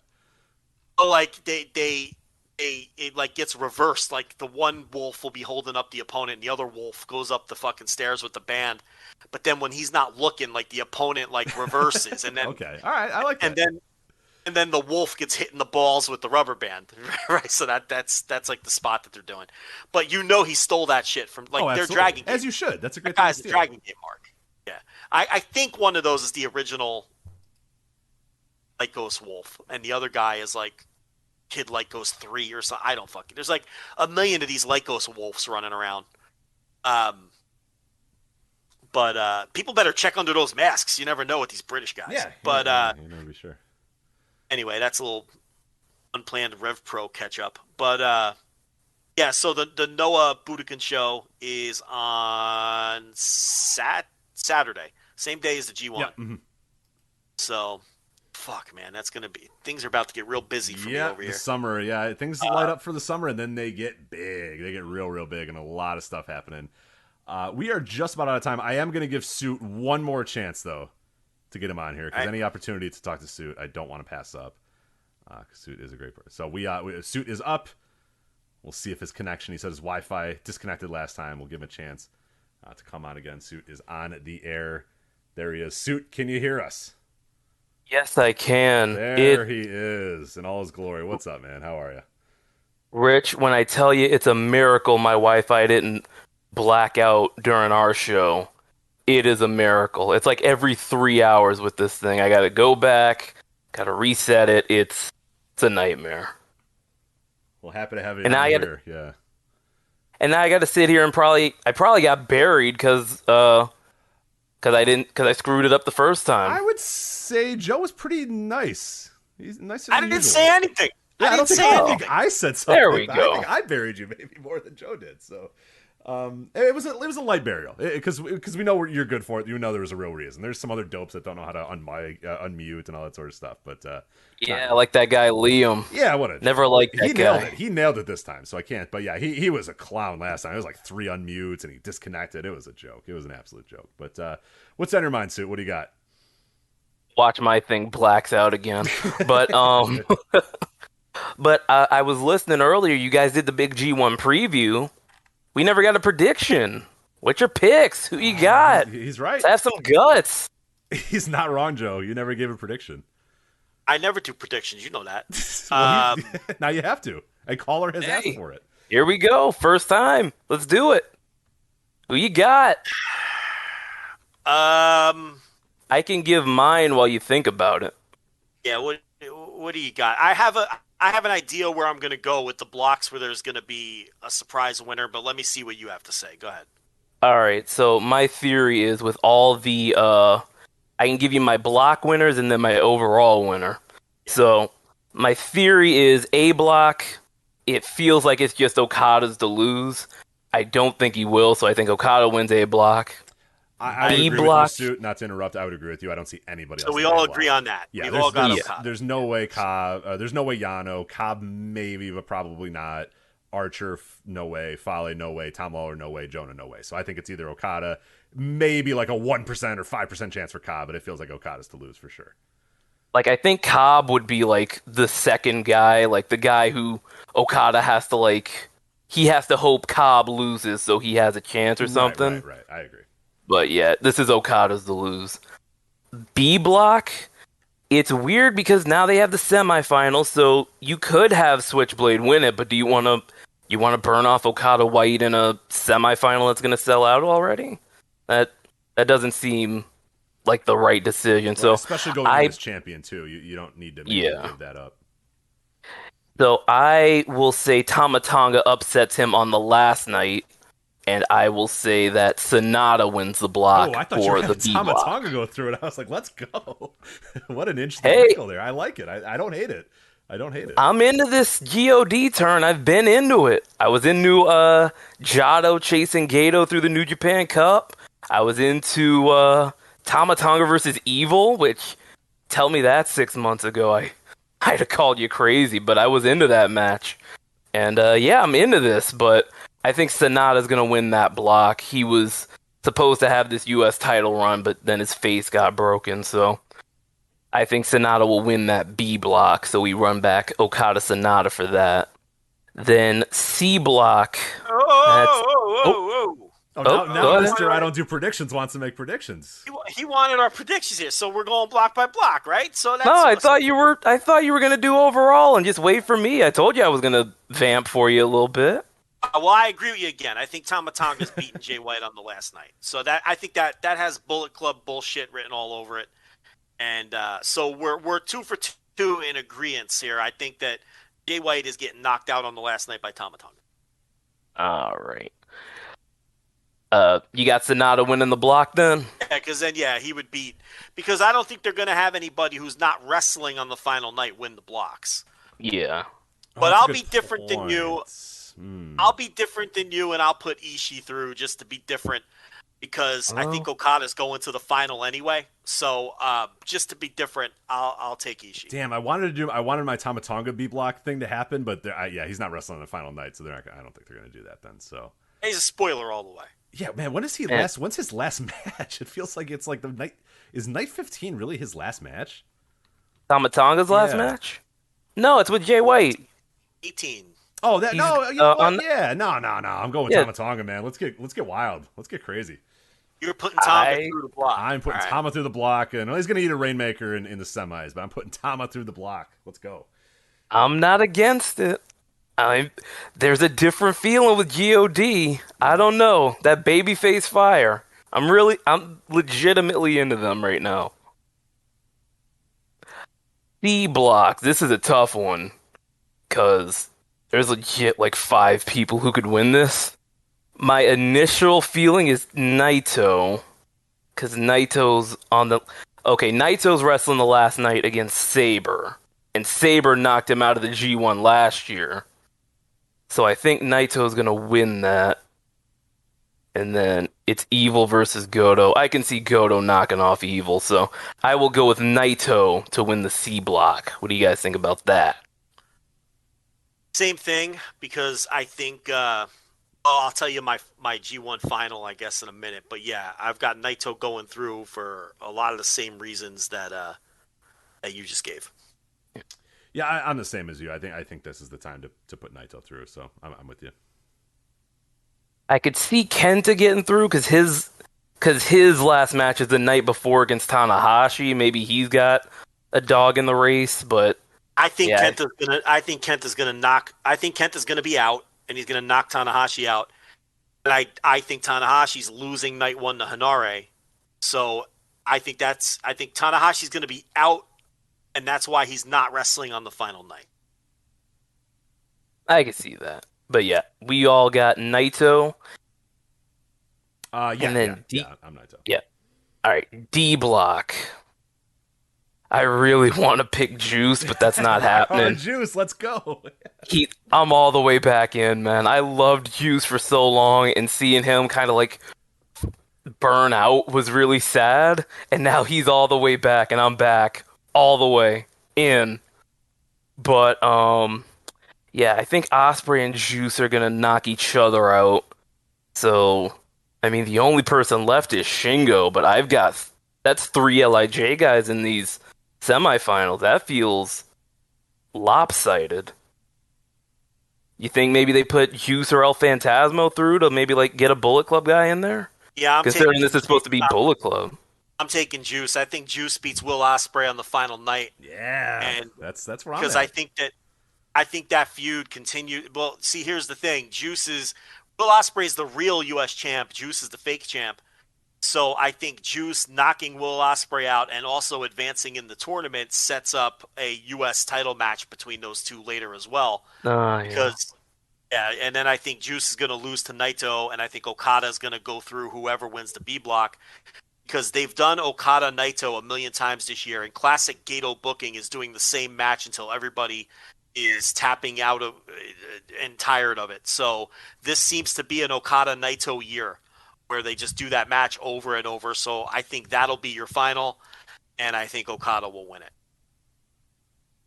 I've got the same final. I've got Naito winning it. All right, Craich. So what do I have? I have Okada and Tama Tonga in the one semifinal. Okada's winning that one. And then I have Naito and Rock Hard Juice Robinson in the other one. Juice is not going through. I think Naito wins that one too. So I'm Okada and Naito in the finals as well. Break the tie. I'm going Okada. I think it's an Okada year again. I think Juice gets enough out of beating Will Ospreay and winning a block. He doesn't need to go through to a final. Oh, I agree. No. That's why I think Naito goes through to the final for sure. I'm going to go Okada. I think Okada is going to go back to back. I think that makes the most sense. The problem is with the final, it doesn't matter that much. With the 2 nights thing, it's not like, and we talked about this over all the years that we've done these G1 previews, is that like back in the day, we would like have these knockout drag out, like, okay, who's going to win this thing? Because like this guy has to main event Wrestle Kingdom. This guy has to draw. You know, if it's Okada or Naito, that's fine. It could be either of those two dudes. And it really doesn't matter because both guys might main event their own nights anyway. But, you know, like, so, I don't know. It's not like a life and death thing to decide who wins the G1 these days like it used to be. So I think it could be either Naito or Okada. I think Okada probably does it, though. I completely forgot Okada won last year. Yeah, it's been a long... These pandemic G1s are... They're tricky. Yeah, and then Ibushi messed up his shoulder too, and then you had Okada just standing in the corner confused as it popped on the screen. Kazuchika Okada, winner. Yeah, that summed that whole one up. The better, for sure. That's a forgettable one on a lot of ways. So we took 3 different guys in the B block. We all went with a different dude. And 2 of us went with Juice, and who'd you even take in the deep? You took Shingo? I took Shingo. Shingo. Okay, so 2 of us went with Juice, 1 went with Shingo, and we all had somebody different coming out of the B block. So that B block is the one where he is the trickiest. You know, that you like you said, you could really go like 5 different ways with the B block. I mean, Okan lurking around, like he doesn't wrestle the last night. We really shouldn't rule him out either. Yeah, I was just about to bring him up. I was wondering when his last match is. The night before against Taichi. Okay, well, he could be one of those guys in the mix, and things work out his way. Peeking through. Great Okada would be a great peeking through the curtain guy. A great, like an all-time great peeking through the curtain guy. Right, and then everything falls his way to last night, and he's the one that goes through. Just like his belly laugh, that incredible belly laugh. He could do his dance. You know, if there's anybody that we get through, you know, on no merits of his own, Okan's a great guy to do it. You know what? Fuck Sonata. Great. Okan's my pick. There it is. You know what though? It's like for years Shibata underperformed, and it was Ibushi, and it was Sonata. I feel like the new guy who underperforms every year in the G1 because we're all waiting for it to be the year he gets pushed is going to be Okan. Like he seems to finish like 4 and 5 every year, you know. So I could totally see him going like 2-4 or something and not even being in the mix. But then one of these years, he's just going to break out and, go undefeated in a block and go through. But I feel like he's the new guy where everybody is patiently waiting around for him to get the big G1 push. And it takes like 2 years longer than everybody thinks it's going to take. Right. Don't crush our dreams. What are you doing here? Come on. He feels like that guy now. He does. No, he definitely does. Those were all the guys before. Remember Kota Ibushi would go like 4-5 every year? Yes. Yeah. And everyone was like, what the fuck? And Shibata, same thing. And Sonata was the other one. And I'm sure there are one or two others I'm forgetting. But Ishii was probably one. He still is, Okan feels like that guy right now. So that might be why he's not even on the final night. A couple of years ago, it was either last year or the year before, all these pandemic years blend together. He started off like 4-0 or 5-0. Remember that? And then he just lost every match after that. And he was the Shelton Benjamin of that year, where he gets out of the gates and you're like, oh shit. Here's a guy unexpected going to be in the mix. And then, there's always one guy that like wins his first 3 or 4 matches and then doesn't win another match. And that was we call that the Shelton Benjamin, actually. Remember that year where everybody was like, what? Yeah. They're going all the way with Benjamin. Archer used to do that. Archer, Davey Boy Smith, and Shelton Benjamin would do that every single year. And Davey Boy Smith, I remember almost every time, it'd be like, whoa, are they really going to do it? And then, it'd be like, he'd end, 5 and 6 or whatever when it was all way out of the mix. Yeah. Way out of the mix. Yeah. So that feels like Okan was like his slot right now, but we'll see. I want to see how. I'm really curious to see how Tom Lawler mixes it up with everybody. I mean, he's got to be amped up and excited about being in this thing and working with some of these guys. So he's someone that, and I'm not quite sure how his style is gonna jive with a lot of these dudes. So I don't expect him to be in the mix. I think that's part of the reason they got the strong title off of him. I mean, that seems like a small detail, but that's how if he's gonna come over here and go 1-5, they don't want a champion getting fucking murked out like that. So I don't feel like he's gonna win any matches, but I'm curious to see. How he meshes style-wise with these guys.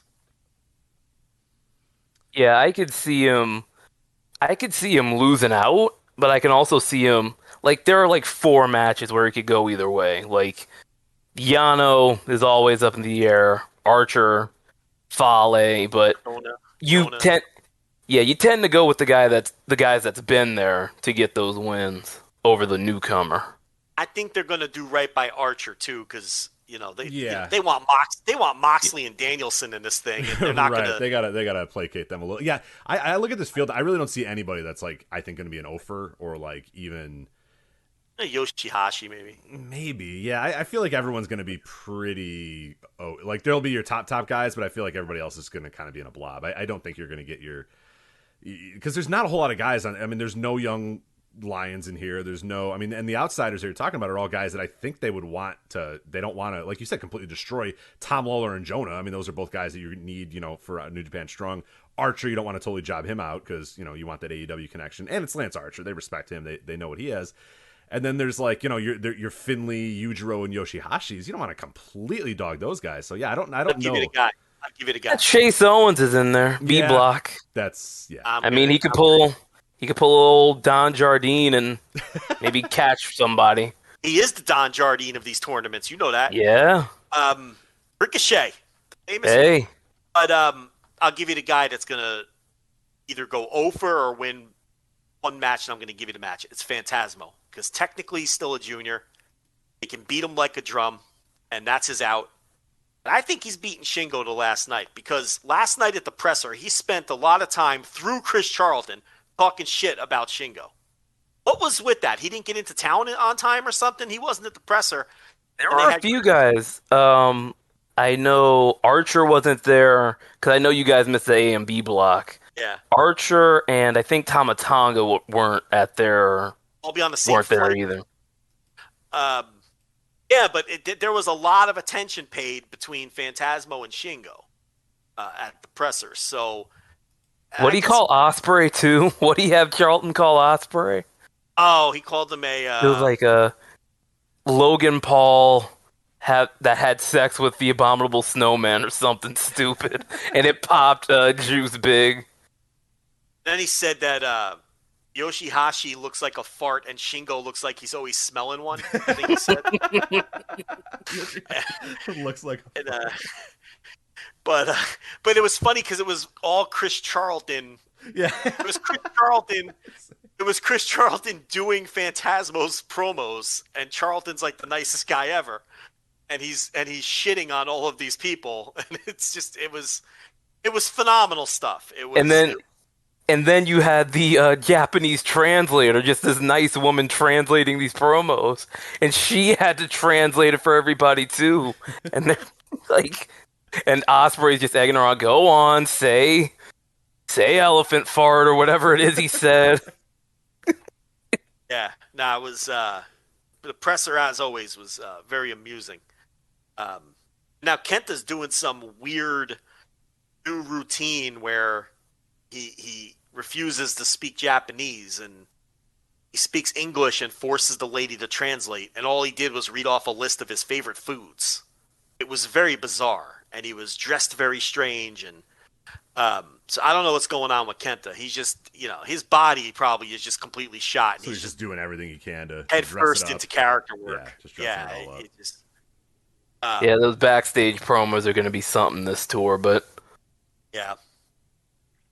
Yeah, yep. We appreciate it. Thank you so much for coming on here, giving us a bonus, an extra G1 preview here. I really do appreciate it. Hope you are keeping well, and hopefully I get to see you in September if you're barring any travel concerns that you had, like you had. But hey, you made it last time. Your city was underwater last time, and you still fucking made it. So I'll hopefully see you again. It was touch and go. I got a travel credit for all that, so let's hope maybe this year I get it a little bit easier. Yeah. It's not looking that way, but we'll see. we'll play out the string. Hopefully.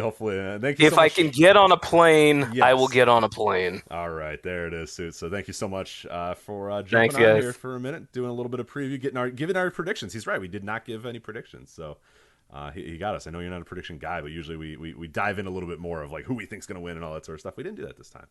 But Suit got us there. I'm not big on predictions. Yeah, I'm not. Especially with this G1, with the current G1, it's really tough because it's like, I mean, who cares? He might lose the briefcase. There's 2 domes. There's semifinals. I don't know what's going to happen. So we'll see. But that is it for us here on the flagship. Again, voicesofwrestling.com for all the other great G1 previews up there. J. Michael and Chris Samsa, tons and tons and tons of previews to get you ready for the beginning of the event on Saturday. Also, we mentioned an All Japan show. You can watch, read a review. Gerard did a review on our website as well with All Japan Pro Wrestling's review.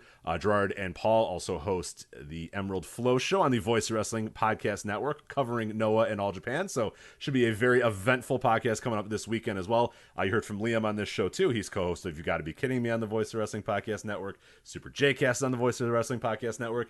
There's a lot of stuff on that Voice of Wrestling Podcast Network. You should subscribe to it, and you should review it, and you should share it, and you should love it. But you got all that there. Also, flagship patreon.com/Voices of Wrestling. That is where you can get all of our bonus content.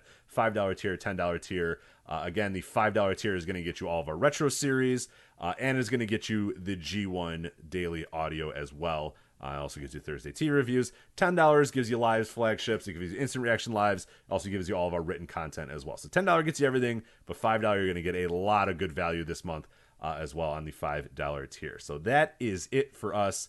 We'll talk to you next time. That's Joe. I'm Rich. We'll talk to you next time on the Flagship Podcast. Take care.